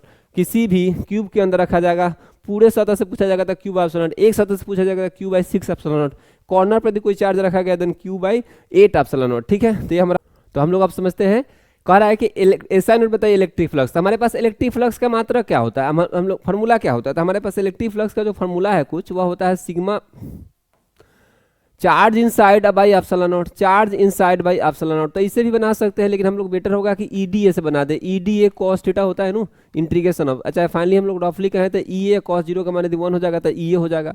अब ई का जो मात्रक होता है हम लोग दो को जानते हैं, ई का एक होता है वोल्ट बटा मीटर और एरिया का मात्रक होता है मीटर स्क्वायर। तो मीटर से मीटर स्क्वायर कट जाएगा तो वोल्ट मीटर भी आपका मात्रक हो जाएगा आपका फ्लक्स का। दूसरा और भी हम लिख सकते हैं, लेकिन हमको जो यहाँ पे दिया हुआ है वोल्ट मीटर वाला कहानी, तो वोल्ट मीटर ही हमारा हो जाएगा मात्रक। बात यहाँ सही है। उसके बाद अगर कोई चार्ज क्यू है place inside any spherical surface, किसी स्फेरिकल सरफेस के अंदर हम लोग रख लेते हैं, और ध्यान रखिएगा स्फेरिकल सतह के अंदर है रखा हुआ है, then total flux coming out from the whole surface. तो होल सरफेस से कितना फ्लक्स आएगा, तो अभी तो पढ़े लोग कि फ्लक्स इक्वल टू क्या होता है, charge inside by epsilon not, charge inside by epsilon not. तो क्यू बाई क्या हो जाएगा, एप्सिलॉन नॉट। तो बात तो सही है, क्यू बाई एप्सिलॉन हो जाएगा। उसके बाद हमसे कहा जाए कि electric field at A point near in infinite thin charge और कंडक्टर, ठीक है। तो हम लोग जानते हैं, ध्यान रखिएगा, किसी भी थीन चार्ज के कारण, यदि थीन सीट है, थीन सीट है और इसके कारण यदि आपसे कोई कहे कि पास में आप इलेक्ट्रिक फील्ड का मान बता दीजिए, ध्यान रखिएगा वो होता है Q by sigma by 2 epsilon not, जहां सिग्मा क्या है, सिग्मा है चार्ज पर यूनिट एरिया, मतलब सरफेस चार्ज डेंसिटी है। सिग्मा क्या है, सरफेस चार्ज डेंसिटी। यदि सरफेस चार्ज डेंसिटी के टर्म में कहा जाएगा तो 2a एप्सिलॉन नॉट हो जाएगा। बात सही है। और उसके बाद कोई कहे कि देखिए किसी भी थिक यदि कोई कंडक्टर है, ध्यान रखिएगा थीन की जगह यदि थिक कह देता है क्वेश्चन में, तो यानी समझिए तो कंडक्टर जैसा बिहेव करेगा, एक कंडक्टर जैसा। और यदि इसके सतह से यदि आपसे कोई कहे कि इलेक्ट्रिक फील्ड का मान कितना होगा इसके आसपास, तो निश्चित ही आप लिखिएगा सिग्मा बाई, आप लिखिएगा एप्सिलॉन नॉट। क्या लिखिएगा, सिग्मा बाई एप्सिलॉन। चाहे आपसे कोई सिंपल कहेगा किसी कंडक्टर के कारण, कोई कंडक्टर है चार्ज है, कोई कंडक्टर क्या है चार्ज है, और इससे कितना इलेक्ट्रिक फील्ड का मान होगा, तो यह हो जाएगा सिग्मा बाई, ध्यान रखिएगा वह हो जाएगा सिग्मा बाई आपका एप्सिलॉन नॉट। कंडक्टर से कहेगा तो sigma by epsilon not, thin seat से कहेगा तो sigma by 2 epsilon not, thick seat से कहेगा, थिक बॉडी से कहा, थिक सीट कह सकते हैं, थिक सीट से कहेगा तो सिग्मा बाई एप्सिलॉन नॉट। या किसी चालक से कहेगा, चालक के कोई चालक है बॉडी, चार्ज बॉडी है, कंडक्टर जो है पूरी तरह से चार्ज कर दिया है, उसके आसपास कितना होगा इलेक्ट्रिक फील्ड का मान, तो वो होता है सिग्मा बाई एप्सिलॉन नॉट। क्या हो जाएगा, सिग्मा बाई एप्सिलॉन नॉट। ये बात ध्यान रखेगा। चलिए तो हम लोग बढ़ जाते हैं इसमें। तो हमारे पास जो डाटा है तो कह रहा है कि देखिए electric field intensity inside the charge of hollow sphere is, अच्छा कह रहा है electric field intensity inside a charged hollow sphere is. तो कोई हॉलो स्फीयर, इतना बात समझ गए लो कि इनफाइनाइट थिन सीट के कारण क्या हो जाएगा, सिग्मा बाई 2 एप्सिलॉन। अच्छा एक बात हमसे कह रहा है कि देखिए कोई सीट है, इलेक्ट्रिक फील्ड का मान क्या होता है, तो इलेक्ट्रिक फील्ड का मान गॉस के अनुसार, देखिए हम लोग ढेर सारा चीज पढ़े थे कि एक हमारा कंडक्टर होता है, और इस कंडक्टर के जो गॉस थ्योरम हम लोग लगाते थे किसी कंडक्टर के कारण यहाँ पे, तो हमसे कोई कहता था कि बाहर बताइए, बाहर यदि हमको निकालने के लिए कहता था क्यू चार्ज रहता था, बाहर होता था ई आउट। तो ई आउट क्या होता था, Q by 4 pi epsilon not हो जाता था आर का स्क्वायर। ई तो होता था आउट, सतह पर एक्स दूरी पर रहता था तो एक्स हो जाता है, तो यहाँ पे एक्स का स्क्वायर हो जाता है। यदि हमसे कोई कहता था सरफेस पर कितना हो जाता है, तो Q by 4 pi epsilon not हो जाता था आर का स्क्वायर। लेकिन वही यदि हॉलो चार्ज बॉडी है और उस पर चार्ज अब ऊपर चार्ज फैला हुआ है चूंकि, तो अगर जो इनसाइड कोई कहता था तो हो जाता था कितना, 0, क्योंकि अंदर कोई चार्ज ही नहीं है। तो फ्लक्स वाला जो हम कंडीशन लगाते थे, इंटीग्रेशन ऑफ ईडीए बराबर charge inside by epsilon not, तो चार्ज इनसाइड 0 होता था, तो जो फाइनली हमारा जो है यहाँ पे 0 हो जाता था। और इस तरह से हम इसका इंटीग्रेशन किए थे ईडीए, और ईडीए का इंटीग्रेशन हो जाता था 4 पाई आर का स्क्वायर बराबर 0, तो यानी ई बराबर हो जाता था 0। तो इस तरह से हम देखते थे कि अंदर जो होता था किसी भी हॉलो चार्ज बॉडी के कारण, जो अंदर हॉलो स्फेरिकल सेल के कारण या हॉलो चार्ज बॉडी के कारण, हॉलो चार्ज स्फेयर के कारण जो आपका हो जाता है अंदर जो है इलेक्ट्रिक फील्ड का मान कितना होता है, 0। स्फेरिकल सेल या आपका चार्ज हॉलो चार्ज बॉडी, ठीक है, हॉलो चार्ज स्फेयर, ठीक है। तो उसके बाद यदि हम बात कहा जाए कि इसमें और भी बात हम लोग से पूछा जाता था कि किसी भी सॉलिड कंडक्टर के कारण हमसे पूछा जाए तो क्या होगा, कोई भी चार्ज बॉडी है अगर जो अंदर पूरी तरह से चार्ज फैला हो। अच्छा इसमें ग्राफ भी एक ड्रॉ होता था, ध्यान रखिएगा, एक ग्राफ भी हम लोग ड्रॉ करते थे इलेक्ट्रिक फील्ड और किसके कारण, आर के कारण। तो इलेक्ट्रिक फील्ड हम जानते हैं कि जो आपका सेंटर सतह था तो कोई 0 रहता है, तो यहाँ तक तो 0 होता है, और यहाँ के बाद जो है इलेक्ट्रिक फील्ड का मान क्या हो जाता था, घटता था। इलेक्ट्रिक फील्ड का मान क्या होता था, घटता था। बात हम लोग करें पोटेंशियल का मान, देखिए अगर जो हॉलो स्फीयर के कारण पोटेंशियल कहा जाता था आउट, तो आउट तो होता है Q by 4 pi epsilon naught और इंटू आर। पोटेंशियल कितना होता है, Q by 4 pi epsilon naught into R. Surface पर पूछा जाता था तो सरफेस पर भी उतना ही होता था, Q by 4 pi epsilon naught और इंटू हो जाता था यहाँ पे तो एक्स होगा, ये आर दूरी पर बाहर, और सरफेस पर कहा जाता था तो आर होता था। लेकिन अगर जो कहा जाए इनसाइड, तो इनसाइड यदि पूछा जाता था, इनसाइड कहीं भी पोटेंशियल इनसाइड पूछा जाता था तो वह होता था कांस्टेंट, और कांस्टेंट मतलब सरफेस जितना, तो सरफेस जितना कितना था Q by 4 pi epsilon naught into होता था आर। तो सरफेस के अंदर हमारा कांस्टेंट रहता था। इलेक्ट्रिक फील्ड थी पोटेंशियल का मान यदि हमको हॉलो स्फीयर के अंदर कहीं भी पूछा जाता था, सरफेस जितना होता था कांस्टेंट होता था कितना, Q by 4 pi epsilon naught into R. Graph इसमें कहा जाए कि पोटेंशियल वाला ग्राफ हॉलो स्फीयर के कारण ड्रॉ करने के लिए हम लोग कहा जाता था, तो हम लोग ऐसे ड्रॉ करते थे, पहले यहाँ से आता जाता था, उसके बाद फाइनली क्या होता है घटता है। ठीक है, वही हमसे कोई कहता था कि सॉलिड के कारण बताइए बाहर, तो बाहर यदि हमको निकालने रहता था तो हम लोग क्या करते थे, बाहर हो जाता था एक्स दूरी पर बाहर, तो बाहर का फॉर्मूला सेम हो जाता था, कितना होता है Q by 4 pi epsilon not R square होता था। सरफेस पर कितना हो जाता था, सरफेस पर सॉरी एक्स स्क्वायर हो जाता है, सरफेस पर कितना होता है Q by 4 pi epsilon not R square हो जाता है। और इन साइड यदि कोई कहता था कि अंदर सेंटर से एक्स दूरी पर, सेंटर से एक्स दूरी पर, तो हो जाता है Q X by 4 pi epsilon not, अब हो जाता था आर का क्यू, क्या हो जाता था Q X by 4 pi epsilon not R का क्यू, जब हमारा ई कंडीशन हो जाता था। ठीक है, तो अंदर हमारा, तो अंदर यदि कोई कहता था कि इलेक्ट्रिक फील्ड का कहानी क्या है, तो एक्स के साथ डायरेक्टली डिपेंड कर रहा था। ठीक है, डायरेक्टली। लेकिन यदि हम कहा जाए कि बाहर कहता था, तो बाहर हम देखते थे इन्वर्सली होता था स्क्वायर के। तो इस तरह से हम ग्राफ ड्रॉ करते थे इलेक्ट्रिक फील्ड और किसके साथ, आर के साथ, आर एक्स के साथ, सेंटर से दूरी के साथ। आपका ग्राफ ऐसे जाता था, पहले तो आपका बढ़ता था और फाइनली क्या हो जाता था, घट जाता था। ठीक है, तो ये हमारा सॉलिड स्फीयर का। उसके कारण हम लोग पढ़े थे। उसके बाद हमसे ये भी पूछा था किसी कोई रॉड है और कोई रॉड पूरी तरह से चार्ज है, इनफाइनाइट लॉन्ग रॉड है, और इसका लीनियर चार्ज डेंसिटी यदि लेमडा है, लीनियर चार्ज डेंसिटी लेमडा है, तो इसके आसपास कोई कहता था कि आर दूरी पर इलेक्ट्रिक फील्ड का मान बताइए। तो हम पढ़ते थे, देखिए भाई lambda by 2 pi epsilon not r होगा, कितना होगा, lambda by 2 pi epsilon into r होगा। Lambda by 2 pi epsilon into r, सबसे पहले आप ऐसे गॉसियन सरफेस मानते थे और इसके बाद आप निकालते थे। ठीक है, तो याद होगा आपको। ठीक है, उसके बाद हमसे कहा जाए कि लेमडा का मान कितना होता है, चार्ज बटा लेंथ। तो चार्ज बटा लेंथ यदि भर दे तो क्यू बाई हो जाएगा 2 pi epsilon not R into L. ठीक है, उसके बाद हमको सीट से कारण कहता था, तो सीट का हम जानते हैं, सीट के कारण कितना होता है आसपास, वो होता है sigma equal to sigma by 2 epsilon naught. कोई कंडक्टर से कहा जाता था तो हम जानते थे कंडक्टर के कारण हो जाता था सिग्मा सिग्मा बाई आपका एप्सिलॉन नॉट, कितना होता है सिग्मा बाई एप्सिलॉन नॉट। ठीक है, चलिए, तो यहाँ तक तो कोई दिक्कत ही नहीं है। कह रहा है कि इलेक्ट्रिक फ्लक्स, अब आगे हो गया, इसके बाद हो गया, कह रहा है कि electric field intensity inside a charge hollow sphere. तो चार्ज हॉलो स्फीयर के कारण कितना होगा, इनसाइड पूछा जा रहा है इलेक्ट्रिक फील्ड का मान, तो कितना होगा, जीरो होगा। क्या होगा, जीरो। उसके बाद हमसे कहा जाए कि electric flux over a surface of A sphere if it is charge with इतना कूलम। तो कह रहा है कि electric flux over surface of, electric flux surface पर कहा जा रहा है। ठीक है, तो कह रहा है कि electric flux over the surface of sphere if it is charge with इतना कूलम। ठीक है, इतना माइक्रो कूलम। तो सरफेस पर कह रहा है, तो सरफेस पर चारों तरफ से आ रहा है, तो इस सिंपल से यानी कहानी यह है कि आप कह सकते हैं कि यहाँ पे हो जाएगा, तो सिग्मा इजकल टू,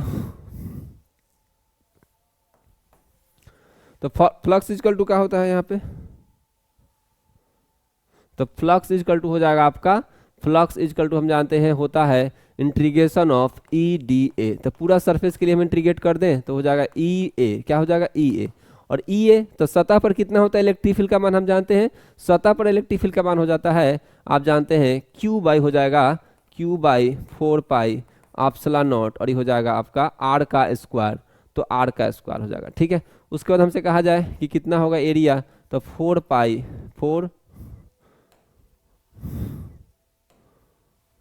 पाई और हो जाएगा आर का स्क्वायर। तो यही आपसे कहना चाहता है, ज़्यादा और कुछ करवाना नहीं चाहता है। तो हो जाएगा क्यू बटा एप्सिलॉन नॉट, जो सतह पर चार्ज है वह, तो कितना हो जाएगा सतह पर चार्ज, तो 10 है, तो 10 माइक्रो है, तो मतलब 10 का पावर माइनस 6 हो जाएगा, और 1 बाई एप्सिलॉन नॉट। ध्यान, यहाँ जो हम लोग एप्सिलॉन नॉट का मान जो है आपको दिखाई दे रहा होगा, यहाँ पे आपको जो है यहाँ पे 36 पाई ऐसे कुछ दिया हुआ है। तो देखिए एप्सिलॉन नॉट को जो मान, तो ऐसे हम जानते हैं कि 8 पॉइंट कितना होता है, हम लोग जानते हैं कि एप्सिलॉन नॉट का मान तो होता है 8.85 गुने 10 का पावर 85 गुने 10 का power minus 12 newton metre, newton थी कूलम स्क्वायर न्यूटन और मीटर स्क्वायर। यहाँ तक तो कोई दिक्कत नहीं होना चाहिए।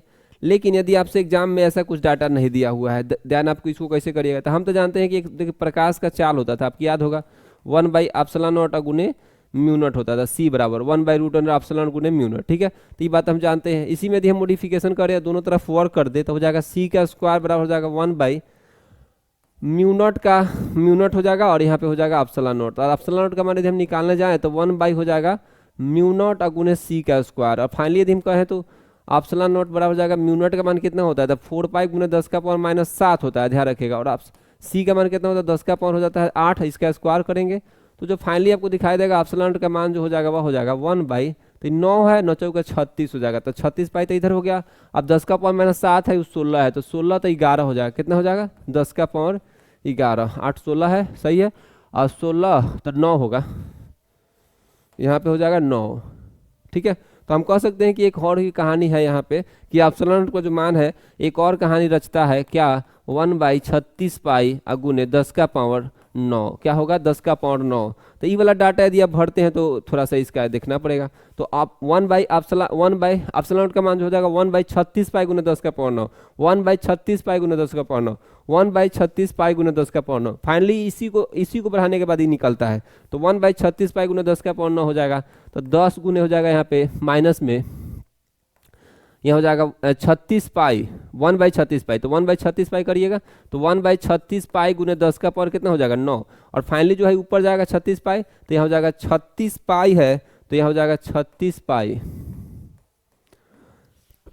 10 का पावर 9 है तो 10 हो जाएगा, मतलब 36 पाई गुने 10 का पावर 10 हो जाएगा। कितना हो जाएगा 10 का पावर 10, तो 36 पाई गुने 10 का पावर 10, ठीक है, 36 पाई गुने 10 का पावर 10। और आपको जो है यहाँ पे कहीं गलती हो रहा है लगता है कि,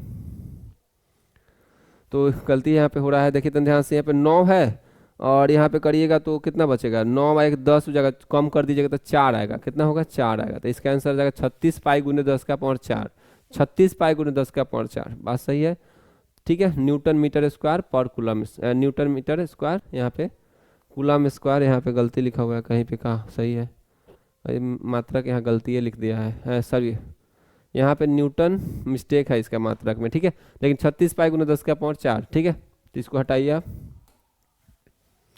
चलिए आगे हम बढ़ जाते हैं। 36 पाई, पहले तो आप याद रखिएगा कि एप्सिलॉन नॉट का मान एक और होता है 1/36 पाई गुने 10 का पावर 9, 1/36 पाई गुने 10 का पावर 9।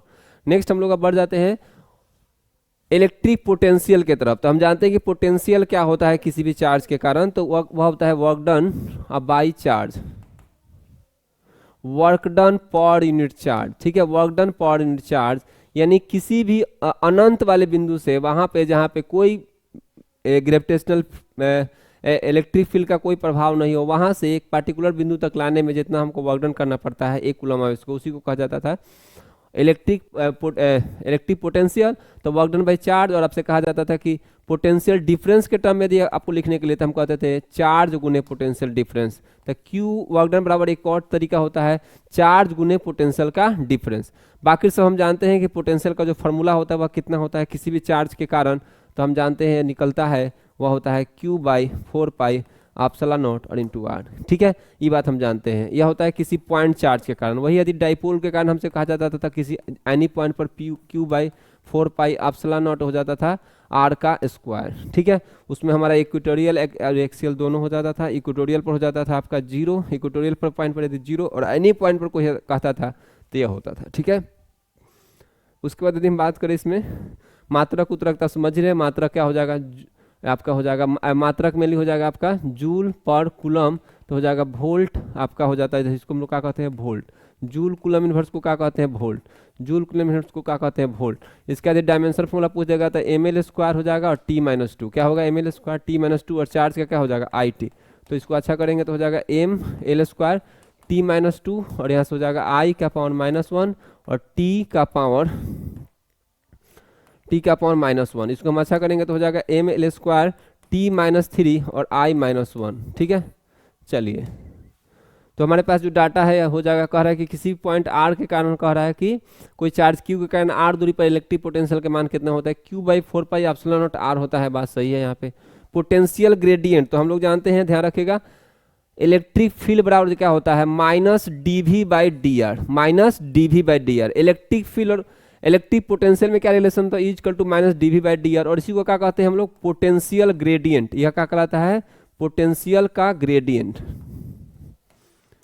तो यह है पोटेंशियल ग्रेडियंट। तो पोटेंशियल ग्रेडियंट किसके बराबर हो जाता है, तो वह होता है इलेक्ट्रिक फील्ड के बराबर, इलेक्ट्रिक फील्ड इंटेंसिटी के बराबर। ये बात ध्यान रखिएगा, ठीक है। तो हमारे पास जो हो जाएगा पोटेंशियल ग्रेडियंट पहले होता कितना के बराबर होता है, dv बाई डी एक्स का हो जाता है। तो उसके बाद कहा जाएगा electric potential is equal to, तो इलेक्ट्रिक पोटेंशियल हम लोग पढ़े हैं कि इलेक्ट्रिक पोटेंशियल किसके बराबर जाता है, तो इलेक्ट्रिक पोटेंशियल होता है आपका वर्क डन बाई चार्ज के, किसका होता है, वर्क डन बाई चार्ज के। तो ये बात हम समझते हैं। तो वर्क डन बाई चार्ज हम लोग जानते हैं, वर्क डन बाई चार्ज, ठीक है। उसके बाद कह रहा है 2, आगे हम लोग चर्चा करना है, कह रहा है कि 2 पॉइंट चार्ज ऑफ इतना इतना placed at a distance of इतना centimetre in then potential energy of the system. तो पोटेंशियल एनर्जी क्या होता है आपका किसी भी चार्ज सिस्टम के कारण, तो हम लोग जानते हैं कि निगेटिव ऑफ वर्क डन कहलाता है पोटेंशियल एनर्जी किसी भी कंजर्वेटिव फील्ड में। तो इलेक्ट्रिक फील्ड में यही कहानी होता है, निगेटिव ऑफ वर्क डन कहलाता है क्या चीज, पोटेंशियल एनर्जी, मतलब वर्क डन ही समझिए तो एक प्रकार क्या चीज है, पोटेंशियल का एनर्जी। तो यदि हम बात करें कि पोटेंशियल एनर्जी मतलब हम यहाँ से लिख सकते हैं पोटेंशियल एनर्जी, तो वह हो जाता है चार्ज अगुने पोटेंशियल का डिफरेंस। चार्ज अगुने क्या होता है, पोटेंशियल का डिफरेंस। दूसरा हम कह सकते हैं, इसको हम लोग एनर्जी को हम लोग डेल यू से सूचित कर देते हैं, तो पोटेंशियल एनर्जी हो जाता है change in potential energy Q गुने डेल वी। तो हमसे कोई कहे कि देखिए कोई भी चार्ज Q1 है, एक चार्ज Q1 है और एक चार्ज क्या है Q2 है, और दोनों चार्ज जो है कुछ दूरी से हमारा अलग करके रखा हुआ है। तो ध्यान रखिएगा आपका जो पोटेंशियल एनर्जी हो जाता है आपका इस वाले कारण जो पोटेंशियल एनर्जी होता है यानी चेंज इन पोटेंशियल एनर्जी या पोटेंशियल एनर्जी, वह हो जाता है Q1 Q2 by 4 pi epsilon naught और इंटू आर। ये बात ध्यान रखिएगा। दूसरा यदि हमसे कहा जाए पोटेंशियल एनर्जी है, ये बात ध्यान रखिएगा, इस पूरे सिस्टम का जो है पोटेंशियल एनर्जी। अब यदि हम बात कहा जाए कि चार्ज का जो साइन है, देखिए प्लस होगा तो प्लस लीजिएगा, माइनस होगा तो माइनस होगा, लेकिन वही यदि हम बात कहा जाए कि 3 गो चार्ज के कारण यदि हमको कोई कहेगा कि पोटेंशियल एनर्जी बता दीजिए Q1 Q2 Q3 के कारण, अगर जो आपसे कहा जाए ध्यान रखिएगा प्लस चार्ज तो प्लस लीजिएगा, माइनस चार्ज तो माइनस चार्ज। यदि नेट पोटेंशियल एनर्जी इसके लिए कहा जाए तो हो जाएगा 1 2 के कारण प्लस सभी पेयर के कारण निकालेंगे 2 3 के कारण प्लस 1 3 के कारण। तो फाइनली हो जाएगा Q1 into Q2 by 4 pi epsilon naught और इंटू इसके बीच का दूरी Q1 Q2 के बीच का दूरी ले लीजिएगा, सपोज R1 मान लेते हैं लोग, तो R1 हो जाएगा। फिर Q2 Q3 by 4 pi epsilon not, तो 2 और 3 के बीच में तो हमारा हो जाएगा R2 plus Q3 Q1 by 4 pi epsilon naught और हो जाएगा Q3 Q1, तो Q3 Q1 हो जाएगा आपका मान लेते हैं R3। तो इस तरह से हो जाएगा, 4 को 4 रहेगा, ध्यान रखिएगा, तो 6 पेयर बनेगा। देखिए यह बनेगा, यह बनेगा, फिर यह बनेगा, फिर यह बनेगा, फिर यह बनेगा, यह बनेगा, तो 6 पेयर बनेगा। 6 के कारण नेट पोटेंशियल जिस तरह से निकालेंगे, प्लस चार्ज होगा तो प्लस चार्ज, अब माइनस चार्ज होगा तो माइनस चार्ज, ठीक है। तो नेक्स्ट हम लोग बात करते हैं इसमें जो हम लोग क्वेश्चन दिया हुआ है, इसमें 10 और -10 दिया है और जो दूरी है वह 40 सेंटीमीटर का दूरी है। तो हम लोग देख सकते हैं यहाँ से हम जो पोटेंशियल एनर्जी निकालेंगे वह हो जाएगा आपका प्लस चार्ज के कारण प्लस पोटेंशियल होगा, माइनस के कारण माइनस होगा, तो Q1 Q2 बाई होता है 4 पाई एप्सिलॉन नॉट और इंटू आर, क्या होता है इंटू आर। तो जो 10 चार्ज है, दूरी जो है 40 सेंटीमीटर का है और देखो प्लस में चार्ज है माइनस में चार्ज है, तो 10 माइक्रो कूलम हो जाएगा, माइनस में 6 हो जाएगा, फिर -10 और -6 हो जाएगा क्योंकि यहाँ माइक्रो है, और बाई में हो जाएगा आपका यहाँ पे 9 गुने 10 का पावर 9 लिख देते हैं यहाँ पे, तो 9 गुने 10 का पावर 9 हो जाएगा यहाँ पे, और इंटू दूरी आपका जो है आपका 40 सेंटीमीटर है तो 0.4 हो जाएगा क्योंकि हमसे मीटर में अधिक करे तो फाइनली हो जाएगा 9 गुने और फाइनली पूरा कट कुट करे तो हो जाएगा 10 का पावर -6, तो 10 का पावर -6 यानी 10 का पावर -12, तो 10 तो कट जाएगा, पहले मतलब माइनस में निकल जाएगा, यहाँ से हो जाएगा 10 का पावर -10, 10 का पावर -10 और नीचे से 10 जा रहा है ऊपर, अब पहले से 10 का पावर 9 है यहाँ पे, और फाइनली आपका 4 हो जाएगा। तो इसके बाद इसको बढ़िया करें तो हो जाएगा माइनस में 9/4 हो जाएगा, ठीक है। और हमको नहीं लगता है कोई दिक्कत लग रहा है इसमें, तो हो जाएगा 4 दूना 8, 4 दूना 8 हो गया। उसके बाद हो जाएगा माइनस में 1/1 जीरो हो जाएगा, फिर 4 दूना 8 होगा, फिर उसके बाद आपका 0 हो जाएगा, तब 5 का 20 होगा, मतलब माइनस में 2.25 जूल होगा, माइनस में 2.25 जूल, माइनस में 2.25 जूल, माइनस में 2.25 जूल, ठीक है।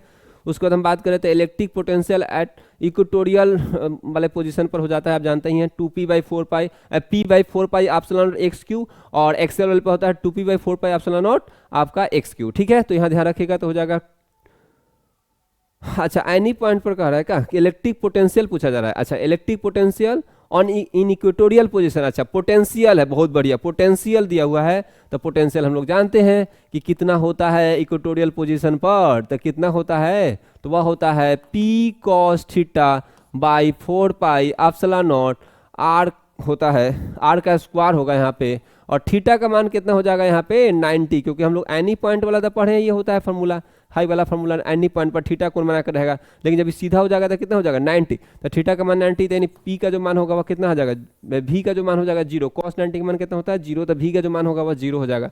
तो यहाँ तक तो बात सही है। चलिए अब हम बात करते हैं यहाँ पे, तो निश्चित ही यहाँ पे कितना हो जाएगा पोटेंशियल का मान 0। कह रहा है कि electric potential due to a small electric dipole at a large distance R from the centre of dipole is proportional to. अच्छा जी, तो दूरी किस पर रिलेशन करता है डाइपोल के कारण, तो दूरी जो रिलेट होता है, ध्यान रखिएगा, दूरी जो डिपेंड करता है वह आर के स्क्वायर से डिपेंड करता है डाइपोल के कारण। लेकिन वही पॉइंट चार्ज के कारण, ध्यान रखिएगा, पॉइंट चार्ज के कारण यदि कोई कहेगा पॉइंट चार्ज के कारण, तो वह हो जाएगा 1/r का। लेकिन वही इलेक्ट्रिक फील्ड में हम लोग पढ़े थे कि जो है 1/r के ऊपर निर्भर करता है, पॉइंट चार्ज में होता है 1/r का स्क्वायर। तो इलेक्ट्रिक डाइपोल में हम लोग यहाँ पे देते हैं डाइपोल के लिए हाइप हो गया पॉइंट चार्ज के कारण, तो 1 का अंतर होता है। ठीक है, तो नेक्स्ट इसको हम लोग देख सकते हैं यहाँ पे। तो हमारे पास जो है इलेक्ट्रिक पोटेंशियल पूछा है, अगर जो इलेक्ट्रिक फील्ड पूछता है तब तक 1/r क्यों होता है, लेकिन इलेक्ट्रिक पोटेंशियल पूछा है तो 1/r का स्क्वायर होगा। क्या होगा, 1/r के स्क्वायर के प्रोपोर्शनल होता है।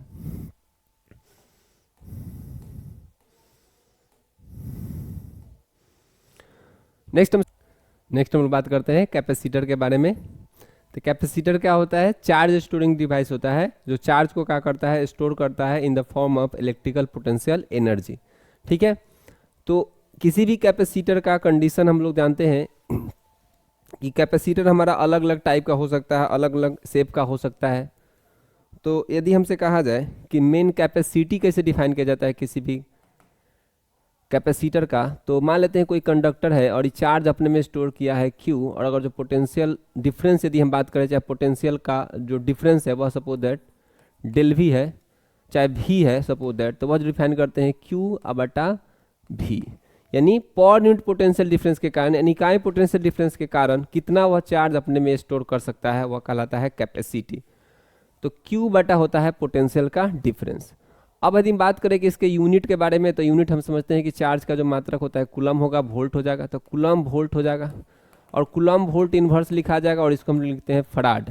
क्या लिखते हैं लोग, फराड, फराड हो जाता है। ठीक है, उसके बाद अब ध्यान रखिए कुछ फास्टली आप बातों को ध्यान रखिएगा। किसी भी स्फेरिकल कंडक्टर के कारण, मतलब कोई स्फेरिकल बॉडी है और इसका यदि कोई कहे कि कैपेसिटी बताइए स्फेरिकल कंडक्टर का, और जिसका रेडियस यदि r हो, तो हम जानते हैं कि जो पोटेंशियल का डिफरेंस होगा, चाहे सरफेस का जो पोटेंशियल डिफरेंस हो जाता है वह होता है V = Q/4πε0 × r। और हम बात करें कि इसका जो और क्या क्या डाटा है, तो हम कह सकते हैं कि जो C = हो जाएगा Q/ हो जाएगा V, और हम मान लेते हैं Q चार्ज अपने में जमा करके रखा हुआ है, रेडियस r है। ठीक है, तो हो जाएगा Q, तो Q रहेगा, और Q/ हो जाएगा 4πε0 × r। तो कोई भी स्फेरिकल कंडक्टर जो होता है वह कितना कैपेसिटी रखता है, 4πε0 r, माने हम कह सकते हैं कि रेडियस के समानुपाती होता है। अगर जो पृथ्वी को यदि हम लोग मान ले कि पूरा यदि एक स्फेरिकल कैपेसिटर मान ले, कंडक्टर मान ले, तब कैपेसिटी निकालेंगे। ध्यान रखिए उसका कैपेसिटी 711 माइक्रोफैराड है। कितना होता है, 711, मतलब बहुत बड़ा स्फेयर है हमारा पृथ्वी, और उसका कोई यदि हमें कंडक्टर के जैसा मान लेते हैं 711 माइक्रोफैराड का आपका अर्थ का कैपेसिटी हो जाएगा। ये यदि कंडीशन आप ध्यान रखिएगा। दूसरा बात हमको ध्यान रखना है कि यदि कोई पैरेलल प्लेट कैपेसिटर का कैपेसिटी पूछे, तो हम जानते हैं कि पैरेलल प्लेट में एक तो हमारा प्लस चार्ज Q हो जाता है, माइनस चार्ज Q हो जाता है, प्लस सिग्मा हो जाता है, और माइनस में सिग्मा हो जाता है। दोनों के बीच का दूरी यदि D रहे, तो इसके बीच का जो कैपेसिटी हो जाता है वह हो जाता है, एक बात यह ध्यान रखिएगा, अंदर जो इलेक्ट्रिक फील्ड एग्जिस्ट करता है वह कितना होता है, सिग्मा/ आपका होता है ε0। बाकी सब ठीक है। तो आप जानते हैं कैपेसिटी जो होता है ε0 गुने A/D होता है। अगर जो इसके बीच में माध्यम का डायलेक्ट्रिक कांस्टेंट यदि K रहे, देन हो जाता है K ε0 A/D हो जाता है D। दूसरा यदि हम बात पढ़े थे लोग कि यदि कोई डायलेक्ट्रिक स्लैब जिसका थिकनेस यदि हम लोग T डाल दें, दूसरा हम लोग पढ़ते हैं कि यदि डाइलेक्ट्रिक स्लैब जिसका थिकनेस यदि T हो, देन हो जाता है कैपेसिटी जो होता है ε0 गुने A/I हो जाता है D - T + T/K हो जाता है। उसके बाद हम लोग और भी पढ़े थे, जैसे स्फेरिकल प्लेट कैपेसिटर, जिसमें हम लोग देखे थे कि एक हमारा बाहरी के सतह अर्थिंग कर दें तो जो निकलता था वो हो जाता था 4πε0, और R1 × R2 बटा हो जाता था R2 - R1 spherical plate capacitor. इसका अंदर वाले सतह का रेडियस R1 हो, बाहर वाले का R2 हो, तो स्फेरिकल प्लेट कैपेसिटर हो जाता था। उसके बाद हम लोग देखे थे बाहर वाला सतह अर्थिंग रहता था, ठीक है। उसके बाद हम लोग अगर जो अंदर वाला सतह अर्थिंग करते थे तो हो जाता था 4πε0, और हो जाता था R2 का स्क्वायर बटा R2 - R1, ठीक है। उसके बाद हमको सिलेंड्रिकल प्लेट कैपेसिटर का यदि कोई कहता था, cylindrical plate capacitor, cylindrical capacitor का कोई कहता था, आप पढ़े थे सिलेंड्रिकल कैपेसिटर का, तब हो जाता था आपका एक का रेडियस R1 हो, एक का रेडियस R2 हो, लंबाई यदि L हो और अंदर वाले का रेडियस यदि R1 हो, बाहर वाले का रेडियस R2 हो, तो हम पढ़े थे लोग कैपेसिटी इक्वल टू होता है 2 पाई एप्सिलॉन नॉट और इंटू L बटा लॉग R2 अब बटा हो जाता था R1। ठीक है, तो हम लोग पढ़े हैं कैपेसिटी के बारे में। ठीक है, उसके बाद आपसे कहा जाए कि किसी भी कैपेसिटर में कितना एनर्जी स्टोर हो जाता है, तो एनर्जी स्टोर किसी कैपेसिटर का होता है वो होता है हाफ और सी भी का square Q square by 2c, Q square by 2c। ठीक है, उसके बाद आपसे कहा जाए कि किसी भी कैपेसिटर के कारण, यानी पैरेलल प्लेट कैपेसिटर कोई है, तो उस पैरेलल प्लेट कैपेसिटर पर कहीं भी इस प्लेट पर मतलब किसी भी पर यूनिट फोर्स, मतलब एक प्लेट पर कितना फोर्स लगेगा पैरेलल प्लेट कैपेसिटर में, फोर्स पर यूनिट एरिया यदि आपसे कहा जाए, तो फोर्स पर यूनिट एरिया आप जब निकालते थे तो हो जाता था sigma square by 2 epsilon not या हाफ एप्सिलॉन नॉट और ई का स्क्वायर, हाफ एप्सिलॉन नॉट ई का स्क्वायर। दूसरा यदि हम देखे थे एनर्जी डेंसिटी निकालते थे, एनर्जी पर यूनिट वॉल्यूम का निकालते थे, तो वह भी आ जाता था sigma square by 2 epsilon naught और हो जाता था हाफ एप्सिलॉन नॉट ई का स्क्वायर। यह हो जाता था आपका सिग्मा एनर्जी डेंसिटी। यह क्या होता था कैपेसिटर का एनर्जी डेंसिटी, एनर्जी स्टोर पर यूनिट वॉल्यूम, एनर्जी स्टोर पर यूनिट वॉल्यूम। एनर्जी का फॉर्मूला होता था half C V square, C is the capacity, V is the potential difference. ठीक है,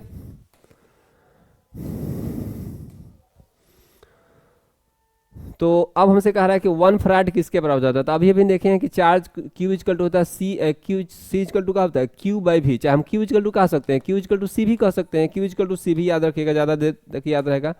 तो C इक्वल टू क्या होता है Q बाई V, Q का मात्रक हो जाता है C अब बटा वोल्ट, वोल्ट हो जाएगा कुलम पर वोल्ट, तो कुलम पर वोल्ट मतलब कुलम और वोल्ट इनवर्स, तो कुलम वोल्ट इनवर्स को ही हम लोग फराड कहते हैं। ठीक, कुलम वोल्ट इनवर्स को, तो कुलम वोल्ट इनवर्स हो जाएगा आपका। उसके बाद हम कैसे कह रहा है कि पैरेलल प्लेट कैपेसिटर का कैपेसिटी कितना होता है, तो एप्सिलॉन नॉट गुने ए बाई डी, तो एप्सिलॉन नॉट गुने ए बाई डी होता है। उसके बाद हमसे कह रहा है कि इक्विवेलेंट कैपेसिटी का मान बताइए, तो हम लोग पढ़े हैं कि देखिए कोई कैपेसिटर हो और यदि पैरेलल में हो, ध्यान रखिएगा, तो C1 हो और C2 हो, तो पैरेलल में कैपेसिटी कैसे लिखा जाता है, तो C1 प्लस C2 लिखा जाता है। वही यदि सीरीज में कहा जाता है तो हो जाता है सीरीज में, ध्यान रखिएगा, C1 हो और C2 हो जाता है तो 1 बाई सी, सीरीज में हो जाता था 1 by C1 plus 1 by C2। ठीक है, यहाँ तक हम जानते हैं। 3 गो रहेगा तो यहाँ हो जाएगा 1 बाई C3 और यहाँ भी 3 गो रहेगा, नीचे से एक और लगा देंगे तो हो जाएगा 1 प्लस C3। तो पैरेलल में आसानी से जुड़ाता है, लेकिन सीरीज में इस तरह से होता है। उसके बाद हमसे कहा रहा है, तो क्वेश्चन आपसे पूछा है, ध्यान रखिएगा, एक हमारे पास कैपेसिटर दे दिया है इस टाइप से। उसके बाद हमसे कहा रहा है नीचे से एक तार लेके गया है, आप ध्यान रखिएगा, यहाँ से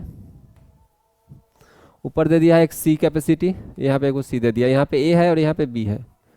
आप जानते हैं कि यह जो है शॉर्ट सर्किट है, यह क्या है शॉर्ट सर्किट, तो दोनों को हम लोग क्या कर सकते हैं, इस वाले रास्ता में है नहीं तो दोनों क्लिप करेंगे तो दोनों इकट्ठा हो जाएगा, मतलब हाई वाले से कोई मतलब नहीं रहेगा, मतलब जिसका कैपेसिटी होने वाला है C हो जाएगा, क्या हो जाएगा इसका कैपेसिटी C, तो इस वाले का कैपेसिटी हो जाएगा C। बात ध्यान रखिएगा, क्यों, क्योंकि हमारा जो है इसमें कोई कैपेसिटर है नहीं यहाँ पे, हाँ इसमें कोई कैपेसिटी, दोनों पॉइंट हम इकट्ठा करेंगे, हाई दोनों पे इकट्ठा करेंगे, दोनों सटाएंगे तो ये वाला पॉइंट पे हट जाएगा, मतलब पूरा हट जाएगा, खाली हाई बचने वाला है, हाई पॉइंट यहाँ आने वाला है। ठीक है, और ये पूरी तरह से सट जाएगा और सटने के बाद यानी हम कह सकते हैं कि यहाँ पे आपका C कैपेसिटी होगा, सिर्फ इसका क्या होगा C कैपेसिटी, क्योंकि दोनों का जो पोटेंशियल डिफरेंस होगा वो सेम होगा, क्योंकि इसमें कोई कैपेसिटर है ही नहीं, तो यहाँ के वाले पॉइंट का पोटेंशियल, यहाँ का पॉइंट का पोटेंशियल, यहाँ का पॉइंट का पोटेंशियल, दोनों का पोटेंशियल सेम है, दोनों इकट्ठा होगा तो फाइनली आपका हट जाएगा, यानी C बचेगा यहाँ पे खाली।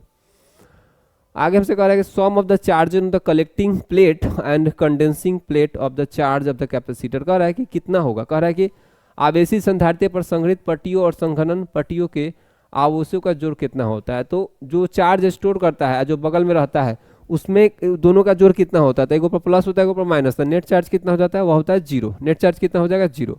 आगे कह रहा है कि 2 कैपेसिटर है जिसका कैपेसिटी इतना है, कनेक्टेड इन पैरेलल, यानी इक्विवेलेंट कैपेसिटी कितना होगा, तो बहुत ही आसान बात हो गया, पैरेलल में जोड़ा जा रहा है, तो पैरेलल में हम जानते हैं कि हो जाता है C1 plus C2, C1 plus C2 मतलब 2C हो जाएगा, तो ये हो जाएगा 2C। आगे कह रहा है कि 2 कैपेसिटर है, एक का कैपेसिटी है 2 माइक्रोफराडे, 2 माइक्रोफराडे है और एक का कैपेसिटी है 4 माइक्रोफराडे, एक का कैपेसिटी कितना है 4 माइक्रोफराडे। ठीक है, कह रहा है कि इसको जो है सीरीज में जोड़ दिया गया विथ ए पोटेंशियल डिफरेंस इतना।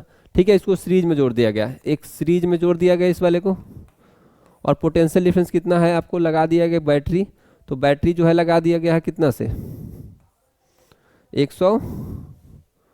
1200 वोल्ट। कितना है 1200 वोल्ट का पोटेंशियल डिफरेंस हम अप्लाई कर दिए हैं, तो हो जाएगा 1200 वोल्ट पोटेंशियल डिफरेंस। यहाँ पे हो जाएगा C1 प्लस C2।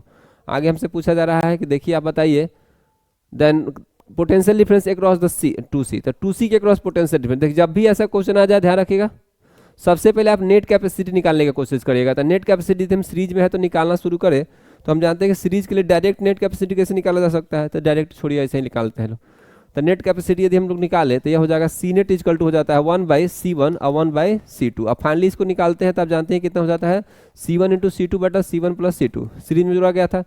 तो पहले नेट कैपेसिटी निकालेंगे तो 2 गुने 4 हो जाएगा, 2 प्लस 4 हो जाएगा, 2 प्लस 4 हो जाएगा, तो यहाँ से हो जाएगा 4 दूना 8 यानी हो जाएगा 8 बटा 6 हो जाएगा, यानी फाइनली हो जाएगा 4 बटा 3 माइक्रोफैराड है। तो यहाँ तक तो कोई दिक्कत ही नहीं है, सी नेट निकाल लिए। तो सी नेट जब निकाल लीजिएगा ध्यान रखिएगा तो नेट चार्ज का कहानी पहले निकाल लीजिएगा कितना चार्ज नेट टोटल यहाँ से सप्लाई हुआ है। तो जो क्यू हो जाएगा क्यू इजकल टू क्या होता है सी भी, तो क्यू नेट और सी नेट और वी नेट, ठीक है। तो तीनों लिख देंगे, तो क्यू नेट का मान आ गया है, सी नेट का मान हो गया 4 बटा 3, वी नेट का मान है 1200। तो 1200 हो गया, यानी से काट देंगे तो कितना हो जाएगा 4 12 तो 400, यानी 4 चौका 16 हो जाएगा, 1600 कूलम हो जाएगा, शायद 1600 कूलम होगा, 1600 कूलम नेट चार्ज, ठीक है। नेट चार्ज कितना जा रहा है 1600 कूलम। अब 1600 कूलम यदि जा रहा है तो इस वाले का पोटेंशियल डिफरेंस कितना हो जाता है, हम जानते हैं क्यू इजकल टू हो जाता है नेट चार्ज, तो वही जाएगा क्यू इजकल टू हो जाएगा C1 और V1, तो V1 इजकल टू हो जाएगा Q/C1, क्योंकि चार्ज तो यहाँ से वही से अप्लाई किया गया होगा जो स्टोर हो रहा होगा। तो चार्ज तो इसमें निश्चित ही कांस्टेंट रहेगा सभी कैपेसिटर पर, तो Q इजकल टू हो जाएगा Q/C1, तो Q का मतलब हो जाएगा 16 अब बट्टा हो जाएगा 1600 बटा C1, C1 का मान कितना है 2 है, तो ये काट देंगे तो कितना हो जाएगा 800 वोल्ट, कितना होगा 800 वोल्ट, और 800 वोल्ट यदि इसका है तो इसका कितना हो जाएगा 400 वोल्ट, ठीक है। तो इस तरह से आप निकालिएगा। तो सबसे पहले आप क्या निकालिएगा नेट कैपेसिटी, नेट कैपेसिटी के बाद आपको क्या निकालना चाहिए सबसे पहले नेट चार्ज, और नेट चार्ज जैसे ही निकाल लीजिएगा तो आराम से आप निकाल सकते हैं V1 इजकल टू Q/C1 का के, V2 इजकल टू Q/C2 का के। तो Q यहाँ हमको इसके करो इसका कहा था C2 का, तो C2 का निकाल देते क्या हो जाता है Q2 is equal to V2 is equal to हो जाता है कितना Q/C2, तो Q का मान यहाँ पे है दिखाई दे रहा है 1600, और C2 का मान कितना है, C2 का मान हमारे पास है 4, तो 4 हो जाएगा तो 4 चौका 16, यानी 400 वोल्ट हो जाएगा, 400 वोल्ट हो जाएगा। तो हमारे पास 2 से पूछ रहा था वो 800 वोल्ट होगा।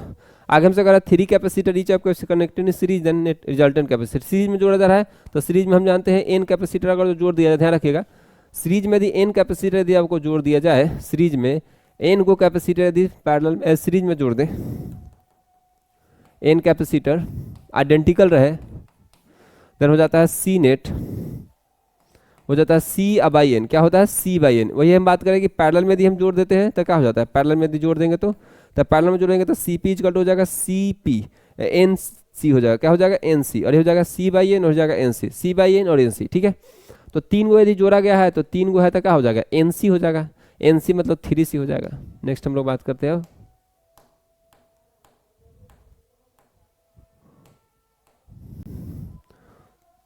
ठीक है। तो ये हो गया 3C। कह रहा है एनर्जी स्टोर्ड, कह रहा है कि बताइए किसी कैपेसिटर कितना होगा, दिया ही है, मतलब एनर्जी स्टोर 1 जूल दिया है, तो एनर्जी स्टोर का हम लोग सूत्र पढ़े हैं, क्या हो जाता है एनर्जी स्टोर का हाफ CV²। तो एनर्जी स्टोर 1 जूल है, हाफ C का मान कितना हो जाएगा, तो C का मान हो जाएगा आपका नहीं दिया है, निकालना है। V का मान कितना है तो 100 है, तो 100 का स्क्वायर हो जाएगा, मतलब C का मान हो जाएगा 2/100 का स्क्वायर। तो इसको हम लिख सकते हैं 2 गुने 10 का पावर, मतलब 100 ऊपर जाएगा तो 10 का स्क्वायर होगा, मतलब 10 का पावर हो जाएगा -4। तो इसको हम लोग लिख सकते हैं माइक्रो फराडे में, हम लिखना चाहे छोड़िए फराडे में ही दिया हुआ है, मतलब 2 गुने 10 का पावर -4 हो जाएगा फराड, इतना फराड होगा, 2 गुने 10 का पावर -4, कोई दिक्कत नहीं है। आगे हमसे कह रहा है कि देखिए इसका कैपेसिटी बताइए, तो हम जानते हैं कि हाई क्या चीज है, तो यह सीरीज में है और सीरीज में 2 को जोड़ा गया है, तो 2 को जोड़ा गया तो आधा कर दीजिए, इसका 2 से भाग दीजिए तो कितना हो जाएगा 3 माइक्रो फराडे। अब जब 3 माइक्रो फराडे ऊपर वाला हो गया और नीचे एगो है, अभी दोनों का चीज में है पैरेलल में है, तो एगो 3 माइक्रो फराडे का है और नीचे वाला है 6 माइक्रो फराडे का, तो निश्चित ही 9 माइक्रो फराडे हो जाएगा। तो इस वाले का आंसर हो जाएगा 9 माइक्रो फराडे। कह रहे 64 को आइडेंटिकल ड्रॉप है, और जो है 64 identical drop each of capacity something है combined to form a big drop, और कैपेसिटी इतना। तो ध्यान रखिएगा, आप जानते हैं रिलेशन क्या होता है, वॉल्यूम के साथ यदि छोटा ड्रॉप और बड़े ड्रॉप के साथ कितना होता है, छोटा छोटा ड्रॉप मिलाकर यदि हम बड़का ड्रॉप यदि हम बना ले, सपोज दैट एक बड़ा ड्रॉप बना ले और इसका रेडियस यदि हम लोग आर ले लें, छोटका वाले का रेडियस यदि स्मॉल आर है, तो पहले तो आर में रिलेशन हो जाता है। तो आर में रिलेशन लोग जानते हैं क्या होता है, एन गुने छोटका वाले का 4/3 पाई आर क्यू हो जाता है, और यहाँ से हो जाता है आपका 4/3 पाई आर क्यू। तो स्मॉल आर बराबर हम लोग क्या कहते हैं, तो कैपिटल आर बराबर क्या हो जाता है, यहाँ से हो जाएगा एन का पावर हो जाता है 1/3 इंटू आर। ये हम लोग पढ़े हैं, ये आप लोग पढ़ते हैं हम लोग।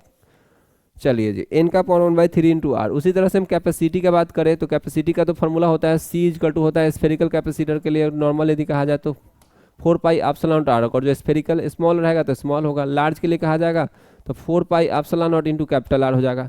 अब इसको हम दोनों को भाग देते तो CL, चाहे हम यहाँ सीधे CL के जगह लिख दे 4 पाई एप्सिलॉन नॉट, और आर के जगह हम यहाँ जानते हैं क्या होता है 1/3 इंटू आर हो जाता है। तो यहाँ पे हम लोग देखते हैं कि जो है टोटल डाटा कितना हो जाएगा, स्मॉल में हो जाएगा तो CS गुने एन का पावर 1/3, तो यह हो जाएगा CL। तो CL इक्वल टू क्या होता है CS गुने 1 का पावर n/3, तो स्मॉल वाले का कैपेसिटी गुने 1/3। तो यानी आपसे कह रहा है कि लार्जर का बताइए, जबकि ड्रॉप का जो संख्या दिया है एन का मान वह 64 है, और एक वाले का कैपेसिटी स्मॉल वाले का 5 माइक्रोफैराड है।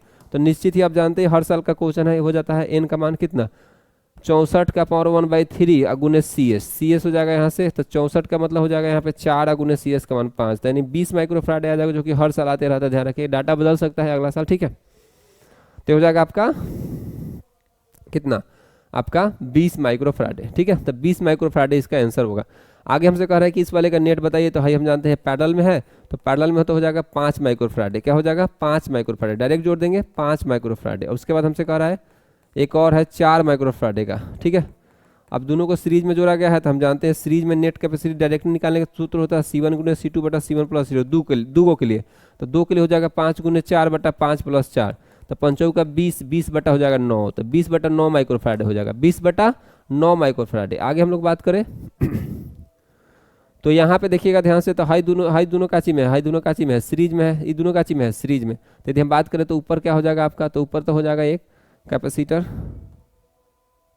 तो यहाँ से दोनों का चीज हो जाएगा सीरीज में। तो सीरीज में तो आप जानते हैं आधा हो जाएगा, आइडेंटिकल है तो C/N होता है, तो 4/2 हो जाएगा।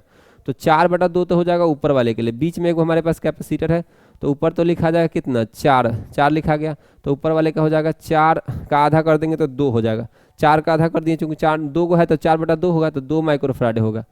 उसके बाद हमसे कहा जा रहा है कि यहाँ पे एगो लगा दिया गया है और यहाँ पे भी एगो लगा दिया गया है, नीचे कितना है 2 माइक्रोफैराड, तो 2 मिल के आधा फिर से पैरेलल हो गया, तो पैरेलल होगा तो 4 हो जाएगा, पैरेलल होगा तो इससे कितना हो जाएगा 4। एक मिनट हम लोग इसको सॉल्व कर लेते हैं बढ़िया से।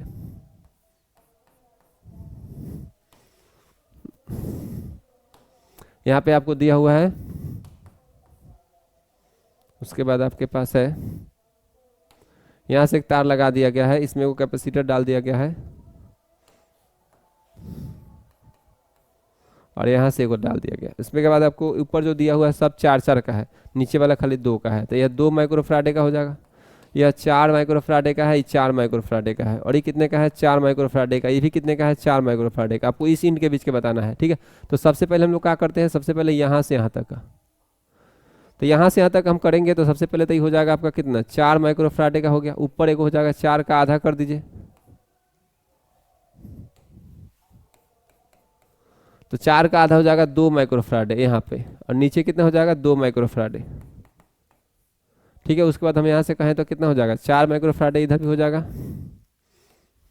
4 माइक्रोफैराड, तो यहाँ भी हो जाएगा और यहाँ भी हो जाएगा 4 माइक्रोफैराड। हम बात करते हैं यहाँ पे, अब हम इसको देखेंगे ठीक से, तो यदि हमारा पैरेलल में है तो पैरेलल में तो डायरेक्ट जोड़ा जाएगा, तो डायरेक्ट जोड़ा जाएगा तो कितना हो जाएगा आपका, इसका हो जाएगा 4 माइक्रोफैराड, क्या हो जाएगा 4 माइक्रोफैराड, ये भी कितना हो जाएगा 4 माइक्रोफैराड, ये भी कितना हो गया 4 माइक्रोफैराड। तो नेट हम लोग कहेंगे तो कितना हो जाएगा, सीरीज में है और 3 गो है तो क्या हो जाएगा 4/3 हो जाएगा, क्या होगा 4/3 माइक्रोफैराड, इसका हो जाएगा 4/3 माइक्रोफैराड, ठीक है। नेक्स्ट हम लोग बात करते हैं, चलिए यहाँ तक ठीक है।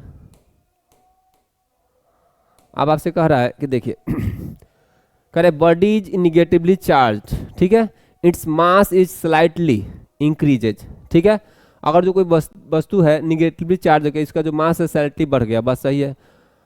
To charge a body transfer of electron is done, ठीक है। तो चार्ज करने के लिए इलेक्ट्रॉन का ट्रांसफर जरूरी है, तो ध्यान रखिएगा दोनों स्टेटमेंट क्या है आपका करेक्ट है, दोनों स्टेटमेंट करेक्ट है, बात सही है।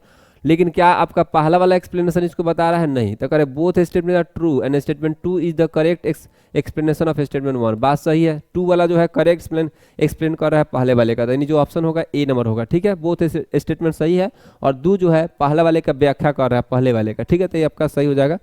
उसके बाद करें the charge on plate A. Question number हमारे पास है 14 नंबर क्वेश्चन। कह रहा है एक हमारा एंड है प्लेट का और यह जो है 20 वोल्ट से जुड़ा हुआ है एक प्लेट, और एक प्लेट हमारा 10 वोल्ट से जुड़ा हुआ है। तो कहीं ना कहीं लोअर पोटेंशियल है, तो लोअर पोटेंशियल कहीं ना कहीं एक पर माइनस होता है प्लेट पर, तो एक हो जाएगा प्लस। तो सबसे पहले हम यहाँ पे निकालेंगे पोटेंशियल का डिफरेंस। तो पोटेंशियल डिफरेंस कितना हो जाएगा? इधर का भी है 20 है, इधर 10 है, तो 20 अब माइनस कितना हो जाएगा? 10। तो 10 तो हो जाएगा पोटेंशियल का डिफरेंस। बात करें तो अगर जो हम पोटेंशियल डिफरेंस निकाल लिए हमारा कितना 10 वोल्ट, तो जो Q हम लोग निकालेंगे चार्ज, तो चार्ज का जो मान हमारा निकल के आ जाएगा, यहाँ से 10 वोल्ट आ गया है, तो Q इक्वल टू क्या होता है? Q इक्वल टू होता है सी भी, तो सी भी हो जाएगा हमारे पास, तो Q इक्वल टू निकल जाएगा सी अगुने डेल भी। तो जो C का मान हमारे पास निकल गया, कैपेसिटी का मान हो जाएगा 2 अगुने डेल भी। डेल भी का मान कितना आ गया है? 10, तो 10 आ गया है ना 20। तो ध्यान रखिए चार्ज का तो मान आ गया 20, तो मतलब एक एक का हम मतलब ये जो चार्ज हम लोग इस पर स्टोर करवाए हैं इस वाले पर कितना आ गया? 20 कूलम आ गया। स्टोर करवा दिए प्लस 20 कूलम। अब प्लस 20 कूलम में दिए स्टोर करवाए हैं, मतलब बगल वाले पर कितना आ गया होगा? माइनस में 20 कूलम। तो हमको पूछा जा रहा था एक्स वाले पर, तो एक्स वाले पर कितना हो जाएगा? माइनस में 20 कूलम नहीं, मतलब माइक्रो कूलम, क्योंकि यहाँ पे हमारा जो कैपेसिटी है वह माइक्रो में है, तो 20 माइक्रो कूलम हो जाएगा आपका आंसर। ठीक है, दूसरा आपसे कह रहा है 15 नंबर क्वेश्चन की क्या जो है द कैपेसिटी, यहाँ पे कह रहा है कि क्या एक संधारिता की धारिता उसके प्लेट के आवेश बढ़ाने से के साथ बढ़ेगा? नहीं। हम जानते हैं कि कैपेसिटर का कैपेसिटी जो होता है वह डिपेंड करता है 3 बातों पर। वह क्या क्या होता है कि किसी भी प्लेट जो होता है डायमेंशन पर डिपेंड करता है कि जो सरफेस का कंडक्टर का डायमेंशन किस तरह का है। ठीक है, तो आपके चार्ज उड़ से कोई इसको मतलब नहीं होता है, क्योंकि कैपेसिटी जो होता है डिपेंड करता है कैपेसिटर का डायमेंशन पर। जैसे कि दूरी हो गया दो प्लेट के बीच का दूरी, प्लेट के एरिया पर निर्भर करता है, मीडियम पर निर्भर करता है कि दो प्लेट के मीडियम क्या है। तो यह स्टेटमेंट निश्चित ही आपका क्या हो जाएगा? गलत हो जाएगा। दूसरा हमसे कह रहा है कि भी जो होता है Q जो होता है डायरेक्टली डिपेंड करता है V पर, या V डायरेक्टली डिपेंड करता है Q पर। ये बात सही है, जितना ज़्यादा हम चार्ज बढ़ाते हैं उतना ज़्यादा हमारा पोटेंशियल का मान क्या होता है? बढ़ता है। ठीक है, तो ये हमारा स्टेटमेंट 2 जो है सही है, मतलब स्टेटमेंट 2 तो हमारा ट्रू है, लेकिन स्टेटमेंट 1 क्या है? फॉल्स है। तो स्टेटमेंट 1 फॉल्स है, स्टेटमेंट 2 क्या है? ट्रू है। कैपेसिटी क्या होता है किसी भी कंडक्टर का? तो Q इक्वल टू क्या होता है? C भी होता है, तो C इक्वल टू क्या हो जाएगा? Q बाई भी। Q बाई भी होता है, Q बाई भी। आगे हम लोग से कह रहा है कि एनर्जी स्टोर किसी के कंडक्टर में कितना होता है, तो हम जानते हैं हाफ सी भी स्क्वायर होता है।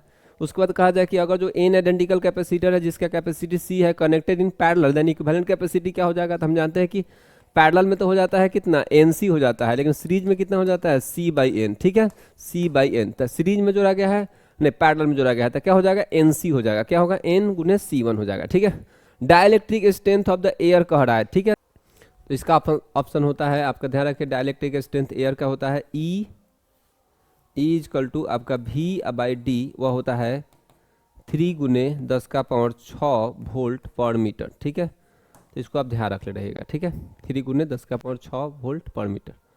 आगे आपसे कह रहा है कि स्फेरिकल प्लेट कैपेसिटर का कैपेसिटी कितना होता है? तो बहुत ही आसान है, आप जानते हैं C इक्वल टू क्या होता है? 4 पाई एप्सिलॉन नॉट, और आपका हो जाएगा R1 इंटू R2 बटा R2 माइनस R1। तो यहाँ पे छोटका R बड़का R यूज कर रहा है, तो एक हो जाएगा R मान लेते हैं लोग, बड़का R को R कर देते हैं, और R माइनस का हो जाएगा R, तो R माइनस R हो जाएगा। ठीक है, चलिए, तो हमारे पास निश्चित ही आप इसको मार सकते हैं ए नंबर। ठीक है, अब हमारे से आगे कह रहा है, अब हम लोग का पास आ जाता है इलेक्ट्रिसिटी। अब हम लोग का बात आ जाता है किस पर? इलेक्ट्रिसिटी पर।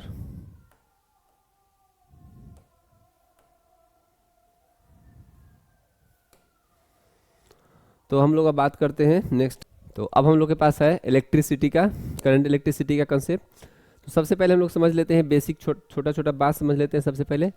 तो पहले तो हम जानते हैं कि कोई भी करंट जो होता है वह हो जाता है d q by d t, या del q by del t. यह हमारे पास कहानी है। करंट का कंडीशन हम लोग पढ़े थे, और मात्रा की यदि हम बात करें तो कूलम हो जाएगा, तो बेटर होगा आप यहाँ पे चार्ज, यहाँ पे तो करंट है, तो करंट एक फंडामेंटल क्वांटिटी होता है, तो इसका मात्रक तो हो जाता है कितना? एम्पियर। क्या होता है? एम्पियर। ठीक है, तो अब आपसे कहा जाए कि एम्पियर को यहाँ पूछा क्या जा रहा है, ध्यान रखिए, कह रहा है कि 1 एम्पियर जो है किसके बराबर हो सकता है। तो हम जानते हैं कि 1 एम्पियर जो हो सकता है वह हो सकता है Q/T था, तो 1 कूलम बटा पर 1 सेकेंड, मतलब कूलम पर सेकेंड को हम कह सकते हैं, कूलम पर सेकेंड हम कह सकते हैं। तो 1 coulomb per 1 second, 1 coulomb 1 second, ठीक है, Q/T होता है। I इक्वल टू क्या होता है, Q/T। आगे कह रहा है कि इलेक्ट्रोमोटिव फोर्स जो होता है, यानी इलेक्ट्रोमोटिव फोर्स जो हम लोग जानते हैं electric EMF of the cell, EMF of the cell हम लोग जानते हैं उसका मात्रा क्या होता है। एक पोटेंशियल होता है, आप जानते हैं पोटेंशियल होता है, ठीक है। पूरे एक राउंड कंप्लीट करवाने के लिए जितना हमको वर्क डन करना पड़ता है वह कहलाता है आपका ईएमएफ ऑफ द सेल। तो ये पोटेंशियल होता है, तो ये निश्चित ही पोटेंशियल होगा। तो ये हमारा निश्चित ही क्या होगा, पोटेंशियल के जैसा मात्रक होगा, यानी वोल्ट होगा। दूसरा बात यदि हम रेसिस्टेंस के बात हम लोग करें तो रेसिस्टेंस हम लोग पढ़े हैं कि रेसिस्टेंस जो होता है किसी भी कंडक्टर का, वह रेसिस्टेंस जो होता है यदि लंबाई एल रहे, क्रॉस सेक्शनल एरिया यदि ए रहे, ठीक है, तो रेसिस्टेंस का जो सूत्र होता है वो होता है rho into l by A. R is the resistivity और एल है लंबाई तार का और ए है क्रॉस सेक्शनल एरिया, बात हम लोग समझते हैं। उसके बाद हम लोग बात करें कि रो किस पर क्या मान क्या होता है, एम बटा एन ई स्क्वायर टाउ, क्या होता है, एम बटा एन ई स्क्वायर टाउ, ठीक है। उसके बाद हम लोग बात करते हैं ड्रिप वेलोसिटी नाम का चीज होता था, एन आई बटा हो जाता है एन ई ए, एन ई ए क्या हो जाता है, आई बटा N E A, drip velocity जो इलेक्ट्रॉन का वेलोसिटी। और उसी तरह से दूसरा फार्मूला हम पढ़े थे ई टाउ अब by M, E tau by M. उसी के साथ हम लोग का जो ओम्स लॉ निकल गया था, इसको बराबर करने के बाद तो इसको दोनों को बराबर किए थे तो हमारे पास निकल गया था भी equal to I into R, जहाँ आर इजकल टू हमारे पास निकल गया था रो एल बाई ए, ठीक है, जहाँ रो इजकल टू यहाँ आया था, ठीक है। ये हम लोग जानते हैं, यहाँ तक कोई दिक्कत नहीं होना चाहिए कभी भी, ठीक है। उसके बाद हम लोग को और हमसे कहा जाए कि मोबिलिटी ऑफ इलेक्ट्रॉन, तो इलेक्ट्रॉन का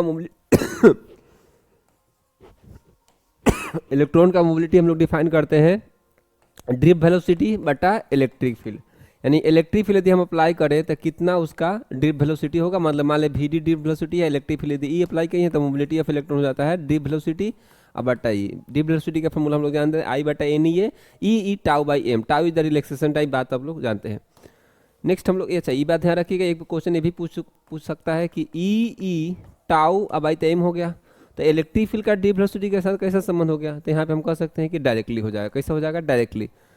उसके बाद आई बटा एन ई ए, तो हम लोग जानते ही हैं एन ई ए, ठीक है, एन ई ए, आई बटा एन ई ए, ठीक है। तो हमसे रेसिस्टेंस का फॉर्मूला पूछ रहा था, आर इजकल टू क्या हो जाएगा, रो एल बाई ए, तो इसी को इधर उधर करके रखा हुआ है, ध्यान रखें। तो आर इजकल टू हो जाएगा रो एल बाई ए, और हमसे पूछ रहा है कि रो का मान बताइए, तो रो इजकल टू हो जाएगा आर ए बाई एल हो जाएगा, क्या हो जाएगा, R A by L, R A by L. Next हमसे पूछ रहा है कि किसी भी कंडक्टर में कितना, जिसका रेसिस्टेंस आर है, कितना जो है हीट प्रोड्यूस होगा, जबकि करंट फ्लो कितना है आई। तो किसी भी कंडक्टर में हीट फ्लो का यदि हम हीट प्रोड्यूस का हम लोग फार्मूला क्या जानते हैं, क्या इक्वेशन होता है, वह होता है यदि हमारा आई करंट फ्लो कर रहा है तो हीट प्रोड्यूस जो होगा वह होगा आई स्क्वायर आर और इंटू टी, क्या होगा, आई स्क्वायर आर इंटू टी, और इसको हम लिखते थे हो जाता है वी आई टी, क्या होता है, वी आई टी, ठीक है। उसके बाद हम लोग इसको और भी लिखते हैं, जैसे कि हम लोग लिखते हैं वी स्क्वायर बाई आर गुने टी। उसी तरह से यदि पावर का बात जाए, हीट पावर का बात कहा जाए, इलेक्ट्रिकल पावर का हम बात करें, किसी भी रेसिस्टर से कितना इलेक्ट्रिकल पावर का कंजप्शन होगा, तो वह हो जाता है एच बाई टी, और फाइनली हम लोग इसको लिख देते हैं, वह हो जाता है आई स्क्वायर आर, क्या होता है, आई स्क्वायर आर इलेक्ट्रिकल पावर, और वी स्क्वायर बाई आर, ठीक है। और यहाँ से हो जाता है आपका, ठीक है, बाकी सब ठीक है, तो हो जाएगा यहाँ पे, ठीक है, V equal to I R V I T, यहाँ पे कोई दिक्कत नहीं है भाई, ये हो जाएगा आई आर, ठीक है, वी, और यहाँ पे V equal to I R हो गया, आई आर टी, यानी हो जाएगा वी आई टी, ठीक है, सही है, सब कुछ ठीक है, सब कुछ ठीक है, कोई दिक्कत नहीं है। चलिए बढ़ते हैं आगे। तो यह फार्मूला है आई स्क्वायर आर टी, दो आप ध्यान रखिएगा, आई स्क्वायर आर टी, और एक होता है आपका वी स्क्वायर बाई आर गुना टी, और इलेक्ट्रिकल पावर का यदि आपको कोई कहेगा तो एच बाई टी, यानी फाइनली हो जाएगा आई स्क्वायर आर, और एक हो जाएगा वी स्क्वायर बाई आर, ठीक है। तो उसके बाद हमसे कहा जाए, अच्छा वी आई भी कह सकते हैं, पावर इजकल टू का हो जाएगा वी आई और इंटू टी बाई टी हो जाएगा, टी टी से कट जाएगा तो हो जाएगा वी और आई, तो पावर इजकल टू का हो जाएगा वी इलेक्ट्रिकल पावर। तो हमारे पास हो जाएगा यहाँ पे हो जाएगा आई स्क्वायर आर इंटू टी, क्या हो जाएगा, आई स्क्वायर आर इंटू टू कह रहा है। तो हमारे पास क्वेश्चन है अगला, कह रहा है the value of green colour code on the carbon resistor. तो कार्बन रेसिस्टर में तो आप जानते हैं कार्बन रेसिस्टर के बारे में, कार्बन रेसिस्टर के बारे में हम जानते हैं ढेर सारा बैंड रहता है इस तरह से, चार तरह के मेनली हम लोग का बैंड होता है, मेन फॉर्म में जो रहता है ए बी सी और डी। यह होता है टॉलरेंस को बताता है, यदि आपका गोल्ड कलर का यदि देता है देन हो जाएगा 5% का टॉलरेंस, यदि आपका सिल्वर कलर का देता है देन हो जाता है 10% का टॉलरेंस, और उसके बाद यदि ऑब्सेंट रहता है कलर देन आप जानते हैं 20% का टॉलरेंस होता है। ठीक है, चार तरह से, पहला सिग्निफिकेंट फिगर, दूसरा सिग्निफिकेंट फिगर और डेसिमल मल्टीप्लायर। तो हम जानते हैं कि यहाँ पे लिख देते हैं हम लोग ए और बी और यहाँ लिखते हैं सी। उसके बाद हम बात करते हैं कि एक होता है, एक हम लोग स्टोरी याद करते हैं लोग, एक लाइन याद करते हैं सेंटेंस, वो होता है बी बी और रॉय, बेबी रॉय होता है आपका, ROY हम लोग लिखते थे, बी रॉय, और होता था ग्रेट, ग्रेट होता था आपका ब्रिटेन हो जाता था, ब्रिटेन, और आपका होता था वेरी गुड, वेरी गुड, और हो जाता था आपका वाइफ, क्या होता था वाइफ। ठीक है, तो हम यहाँ पे लिखते थे पहला ब्लैक, पहला हम लोग लिखते हैं यहाँ पे ब्लैक, फिर उसके बाद हम लिखते थे ब्राउन, ब्राउन लिखते थे, यह होता था ब्लैक, ध्यान रखिएगा ये हम लोग ब्लैक होता था, ब्लैक ब्राउन, फिर उसके बाद होता था रेड, रेड के बाद हो जाता था ऑरेंज, ऑरेंज होता था आपका ऑरेंज, उसके बाद हम लोग का होता था येलो, उसके बाद हो जाता था ग्रीन, ग्रीन होता था, उसके बाद हम लोग बात करें तो होता था ब्रिटेन मतलब ब्लू हो जाता था, उसके बाद हमारा वेरी गुड मतलब वायोलेट हो जाता था आपका, वायोलेट हो जाता था, वायोलेट हो जाता था, वेरी गुड, उसके बाद गुड मतलब हो जाता था यहाँ पे ग्रीन थी ग्रे हो जाता था, और वाइट मतलब वाइफ मतलब वाइट हो जाता था। ठीक है, तो इस तरह से हम देख सकते हैं तीन तीन छः, और ये हमारा यहाँ पे 6 और 3 6 4 10, यानी 10 तरह का हम यहाँ पे देख सकते हैं, black brown red orange yellow green blue violet grey और आपका हो जाता था वाइट। और पहला जो यहाँ पे लिखते थे इसके लिए हम लोग 0 लिखते थे, इसके लिए 1 लिखते थे, इसके लिए हम लोग 2 लिखते थे, इसके लिए हम लोग 3, इसके लिए 4, इसके लिए 5, इसके लिए हम लोग 6, इसके लिए 7, इसके लिए हम लोग लिखते थे 8 और इसके लिए 9। और यहाँ से हम लोग देखते थे डेसिमल मल्टीप्लायर में पहला हो जाता है 10 का पावर 0, इसमें लिखते थे लोग 10 का पावर 1, इसमें लिखते थे लोग 10 का पावर 2 और इसके 10 का पावर 3। ठीक है, तो इस तरह से आपसे कहा जाता था। ठीक है, जैसे कि मान लेते हैं आपसे कहा जाके देखिए यहाँ पे लिखा हुआ है रेड है, ग्रीन होता था, ग्रीन है, और यहाँ पे मान लें येलो है, और यहाँ लिख दिया जाए आपका गोल्ड लिख दिया जाता है। इसका हम रेसिस्टेंस कितना लिखेंगे, इसका रेसिस्टेंस कितना लिखेंगे, तो चलिए रेड है, पहला रेड है, तो रेड के लिए आप क्या जानते हैं, रेड के लिए होता है 2, तो 2 हो जाएगा पहला मल्टीप्लायर। ग्रीन के लिए क्या हो जाता है, ध्यान रखिए ग्रीन के लिए यहाँ पे देखिए यहाँ से ग्रीन के लिए कितना होता है 5 होता है, तो 5 हो जाएगा। उसके बाद गुने हम दे देते हैं 10 का पावर। चलिए येलो के लिए, तो येलो के लिए हम लोग चलेंगे, येलो के लिए डेसिमल मल्टीप्लाई हो जाएगा 10 का पावर कितना 4, 10 का पावर 4 हो जाएगा, तो 10 का पावर कितना हो जाएगा 4। अब परसेंटेज टॉलरेंस आपसे कह रहा है कितने का, तो परसेंटेज टॉलरेंस हो जाएगा प्लस और माइनस, प्लस और माइनस कितना हो जाएगा गोल्ड के लिए 5%, कितना हो जाएगा 5%, 5% हो जाता है टॉलरेंस। ठीक है, तो हमको नहीं लगता इसमें कोई दिक्कत है।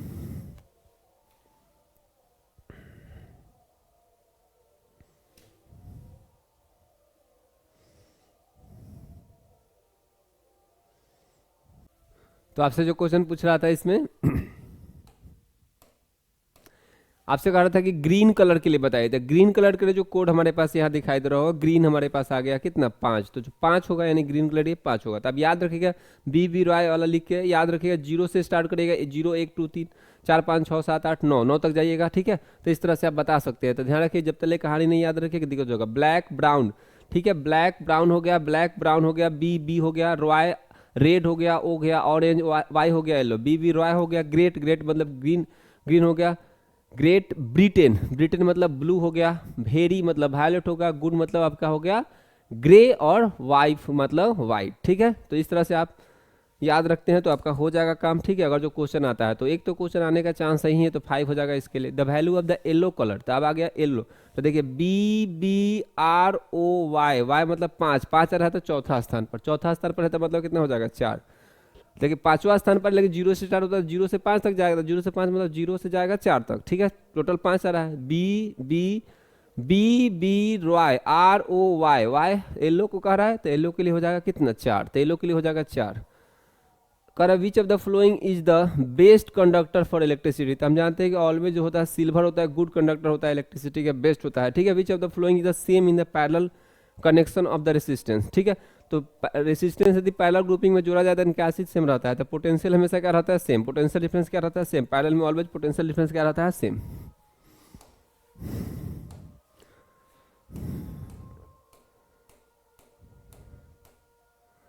चलिए अब हम लोग बात करते हैं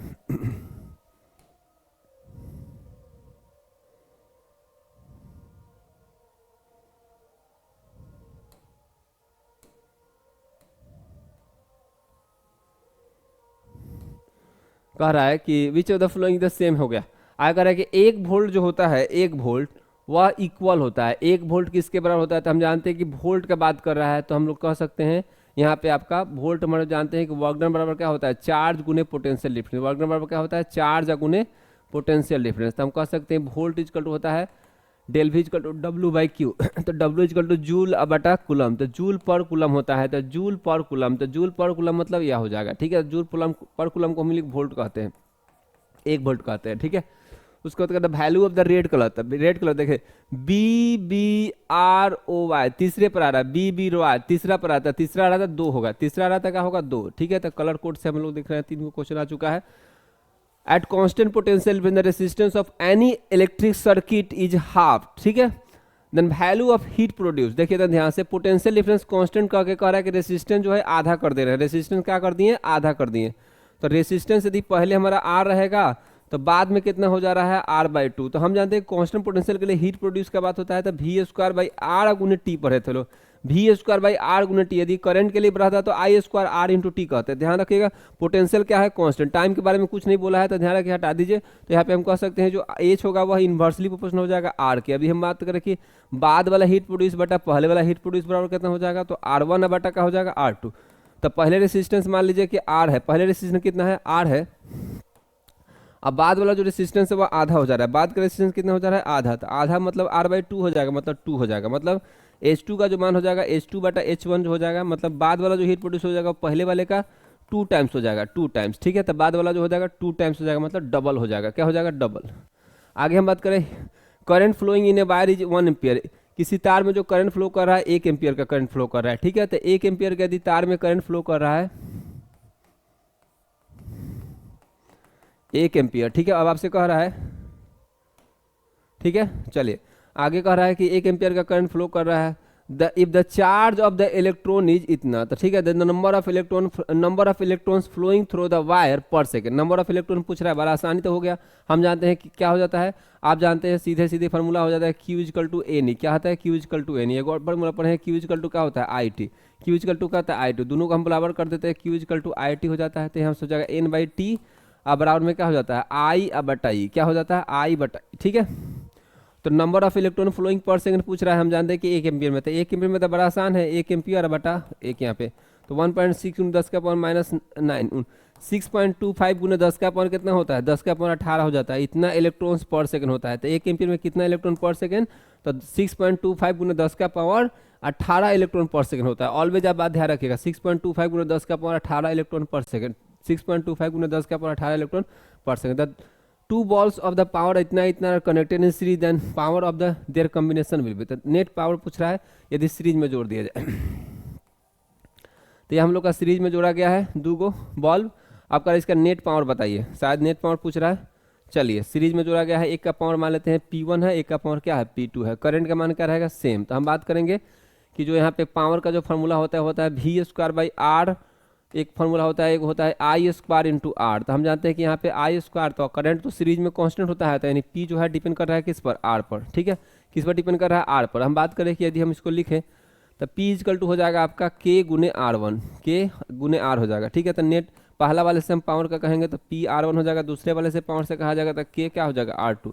और नेट पावर कहा जाएगा तो नेट पावर इजकल टू हो जाएगा आपका P नेट बराबर K × R net, K × R net. हम जानते हैं कि यहाँ पे, तो हम यहाँ से लिख सकते हैं यहाँ से P। तो पहले तो हम जानते हैं कि R नेट बराबर क्या हो जाता है, तो R नेट इजकल टू हो जाता है क्या, R1 सीरीज में हो जाता है R1 + R2। क्या हो जाता है, R1 + R2, ठीक है। तो R1 का मान यहाँ से हम भर देते हैं P क्या हो जाएगा, K, P1/K हो जाएगा। और यहाँ से P2 क्या हो जाएगा, K हो जाएगा, P2/K हो जाएगा, बात सही है। और R नेट का मान यहाँ से भरेंगे तो P नेट/K हो जाएगा, P नेट/K। यदि कट जाएगा तो हो जाएगा P नेट बराबर क्या हो जाएगा, P1 प्लस P2, मतलब डायरेक्ट जोड़ा आ जाएगा। वही यदि पैरेलल में कहा जाता तो पैरेलल में कहा जाता, ध्यान रखिएगा, आर नेट इजकल हो जाता है कितना, R1 इंटू R2 अब बटा R1 प्लस R2। तो R1 की जगह भरते लोग तो हो जाता है P1 बटा K हो जाता है, यहाँ पे भरते तो P2 बाई K हो जाता है, यहाँ पे भरते तो P1 बाई K हो जाता है, यहाँ भरते तो P2 बाई क्या हो जाता है, K हो जाता है, और यहाँ भरते तो आर नेट की जगह, तो आर नेट की जगह हो जाता है P नेट अब बटा K हो जाता है। ध्यान से देखिए, K से K तो नीचे वाला से कट जाएगा, एक K कट जाएगा, तो P नेट का जो मान हो जाएगा यहाँ से हो जाता है P1 इंटू P2 बटा P1 प्लस P2। ठीक है, तो डायरेक्ट रिलेशन है, मतलब ठीक है, तो सीरीज में रहेगा तो P1 प्लस P2 और पैरेलल में रहेगा तो P1 इंटू P2, क्योंकि डायरेक्ट रिलेशन है। ठीक है, सीरीज में जोड़ा गया था। ठीक है, चलिए तो हम लोग बात करते हैं अब आगे, कहाँ पे थे हम लोग, ढेर आगे निकल गए। ठीक है, ये तो हो चुका है भाई, तो हमारे पास आ चुका है, तो हमारे पास कह रहा है कि क्या होगा, तो अब जो है तो हो जाएगा सीधे डायरेक्ट जोड़ा जाएगा, तो 6 60 प्लस 40 यानी कितना हो जाएगा, 100 वाट हो जाएगा, डायरेक्ट जोड़ा जाएगा। कह रहा है specific resistance the conductor is increases with, तो स्पेसिफिक रेसिस्टेंस पूछ रहा है, मतलब हमारे पास जो क्वेश्चन है, अब क्वेश्चन कह रहा है कि specific resistance of conductor increases with, specific resistance मतलब रेसिस्टिविटी, रेसिस्टिविटी मतलब रो, तो रो जो होता है, ध्यान रखिएगा, रो जो आपका है वह सिर्फ और सिर्फ ध्यान रखिए काची पर निर्भर करता है, टेम्परेचर पर, number of free electron density पर, जो कि आपका फॉर्मूला होता है m बटा NE square tau. Tau is the relaxation time, जो कि टेम्परेचर पर निर्भर करता है। तो ध्यान रखिएगा, हम जानते हैं कि टेम्परेचर यदि हम बढ़ाएं तो रेसिस्टेंस जो होता है कंडक्टर का वह क्या होता है, बढ़ता है, बढ़ता है, बढ़ता है, बेकार होता है। लेकिन वही सेमीकंडक्टर यदि हम टेम्परेचर बढ़ाते हैं तो क्या होता है, घटता है। बाकी ध्यान रखिएगा, रेसिस्टिविटी को कोई मतलब नहीं है, लंबाई चौड़ाई, तार के लंबाई चौड़ाई से कोई मतलब नहीं है, एरिया पर निर्भर करता नहीं है, लेंथ पर निर्भर करता नहीं है, दूरी पर निर्भर करता नहीं, तो किसी भी चीज़ पर इस पर निर्भर नहीं करता है, सिर्फ और सिर्फ निर्भर कर सकता है कि टेम्परेचर पर। तो टेम्परेचर बढ़ाने से जो होता है ना, रेसिस्टिविटी जो होता है बढ़ता है, करंट का रुकावट और ज़्यादा होने लगता है। ठीक है, कंडक्टर के केस में, लेकिन वही इंसुलेटर में थी, सेमीकंडक्टर में अच्छा हो जाता है, तो निश्चित ही हम कह सकते हैं। और ध्यान रखिएगा, रेसिस्टेंस, रेसिस्टेंस चारों बातों पर निर्भर करता है, किस किस पर, टेम्परेचर पर, एरिया पर भी निर्भर करता है, एरिया पर और एरिया पर, लंबाई पर और इस सब पर निर्भर करता है रेसिस्टेंस। और कैसे निर्भर करता है आप जानते ही हैं, आर इज टू क्या होता है, रो एल बाई ए होता है। ठीक है, तो एल से डायरेक्टली रहता है, एरिया से इन्वर्सली रहता है, टेम्परेचर पर भी निर्भर करता है। ठीक है, लेकिन रेसिस्टिविटी की बात किया जाए तो टेम्परेचर से थी, लंबाई डायमेंशन से कोई मतलब नहीं है, सिर्फ और सिर्फ टेम्परेचर से बात करेगा, तो निश्चित ही हम कह सकते हैं कि इंक्रीजेज हो रहा है किससे, टेम्परेचर बढ़ाने से। तो ये ही ऑप्शन होगा, ध्यान रखिएगा। ड्रिफ्ट वेलोसिटी का जो फॉर्मूला होता है, जो ड्रिफ्ट वेलोसिटी VD जो होता है, इलेक्ट्रिक फील्ड के साथ कैसे संबंध रखता है, तो हम जानते हैं कि इलेक्ट्रिक फील्ड के साथ इसका जो संबंध होता है बड़ा आसान है, वह होता है VD बराबर हो जाता है E टाउ बाई एम। क्या होता है, E टाउ बाई एम, मतलब ड्रिफ्ट वेलोसिटी जो होगा वह डायरेक्टली डिपेंड करेगा किस पर, E पर। ठीक है, तो बात सही है, यानी हो जाएगा E पर। ठीक है, उसके बाद जो नेट EMF जो होता है किसी सेल का कितना होता है, तो आप जानते हैं नेट EMF हो जाता है E1R2। ठीक है, क्या हो जाता है, E1R2 नेट, तो आप जानते हैं नेट EMF जो हम लोग पढ़े हैं, यानी हो जाता है आपका net EMF different different cell के लिए, मिक्स ग्रुपिंग में हम बात करते हैं, तो E1 क्या हो जाता है, R2 प्लस E2 R1 और बटा हो जाता है R1 प्लस R2, क्या हो जाता है, R1 प्लस R2। ठीक है, तो यहाँ तक कोई दिक्कत नहीं होना चाहिए, E1R2 प्लस E2 R1 बटा R1 प्लस R2, मतलब कहीं ना कहीं ऑप्शन नंबर बी होगा। बात सही है, क्योंकि हम लोग जानते थे एक फार्मूला होता है, आप जानते हैं यहाँ पे कि जो करंट होता है ना वह हो जाता है E नेट बटा हम लोग पढ़े थे R नेट प्लस R। ठीक है, तो E नेट क्या हो जाता है, E1R2 plus E2 R1, internal resistance है कौन, E नेट का मान वह यहाँ पे इतना होता था, आर नेट का मान क्या हो जाता था यहाँ पे, R1 इंटू R2 बटा R1 प्लस R2 हो जाता था, और R हो जाता था एक्सटर्नल रेसिस्टेंस, R1 R2 था दो सेल का इंटरनल रेसिस्टेंस। ठीक है, तो यह होता था आपका दो सेल जब हमारा पैरेलल ग्रुपिंग में होता था, किस तरह से ग्रुपिंग में, आपका पैरेलल ग्रुपिंग में, पैरेलल ग्रुपिंग में दो सेल का पैरेलल कॉम्बिनेशन और डिफरेंट सेल हो जाएगा, E1 R1 और E2 R2, E1 R1 और E2 R2।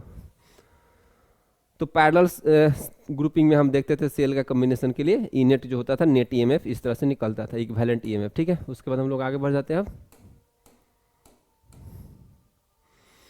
कह रहा है the element use in electric heater, तो इलेक्ट्रिक हीटर में क्या चीज यूज करते हैं, तो बड़ा सिंपल सा बात है, ये हम लोग नाइक्रोम का यूज करते हैं। उसके बाद कह रहा है absorbed electrical energy is the, जो इलेक्ट्रिकल एनर्जी जो ऑब्जॉर्व किया जाता है वह किस पर निर्भर करता है, इलेक्ट्रिकल एनर्जी, तो कह रहा है proportional to potential difference, inversely proportional to potential difference, proportional to square of the potential difference. तो हम लोग जानते हैं इलेक्ट्रिकल एनर्जी जो होता है वह हो जाता है आपका इलेक्ट्रिकल एनर्जी हम लोग जानते हैं हीट को ही कह रहा है यहाँ पे, V square by R into T हो जाता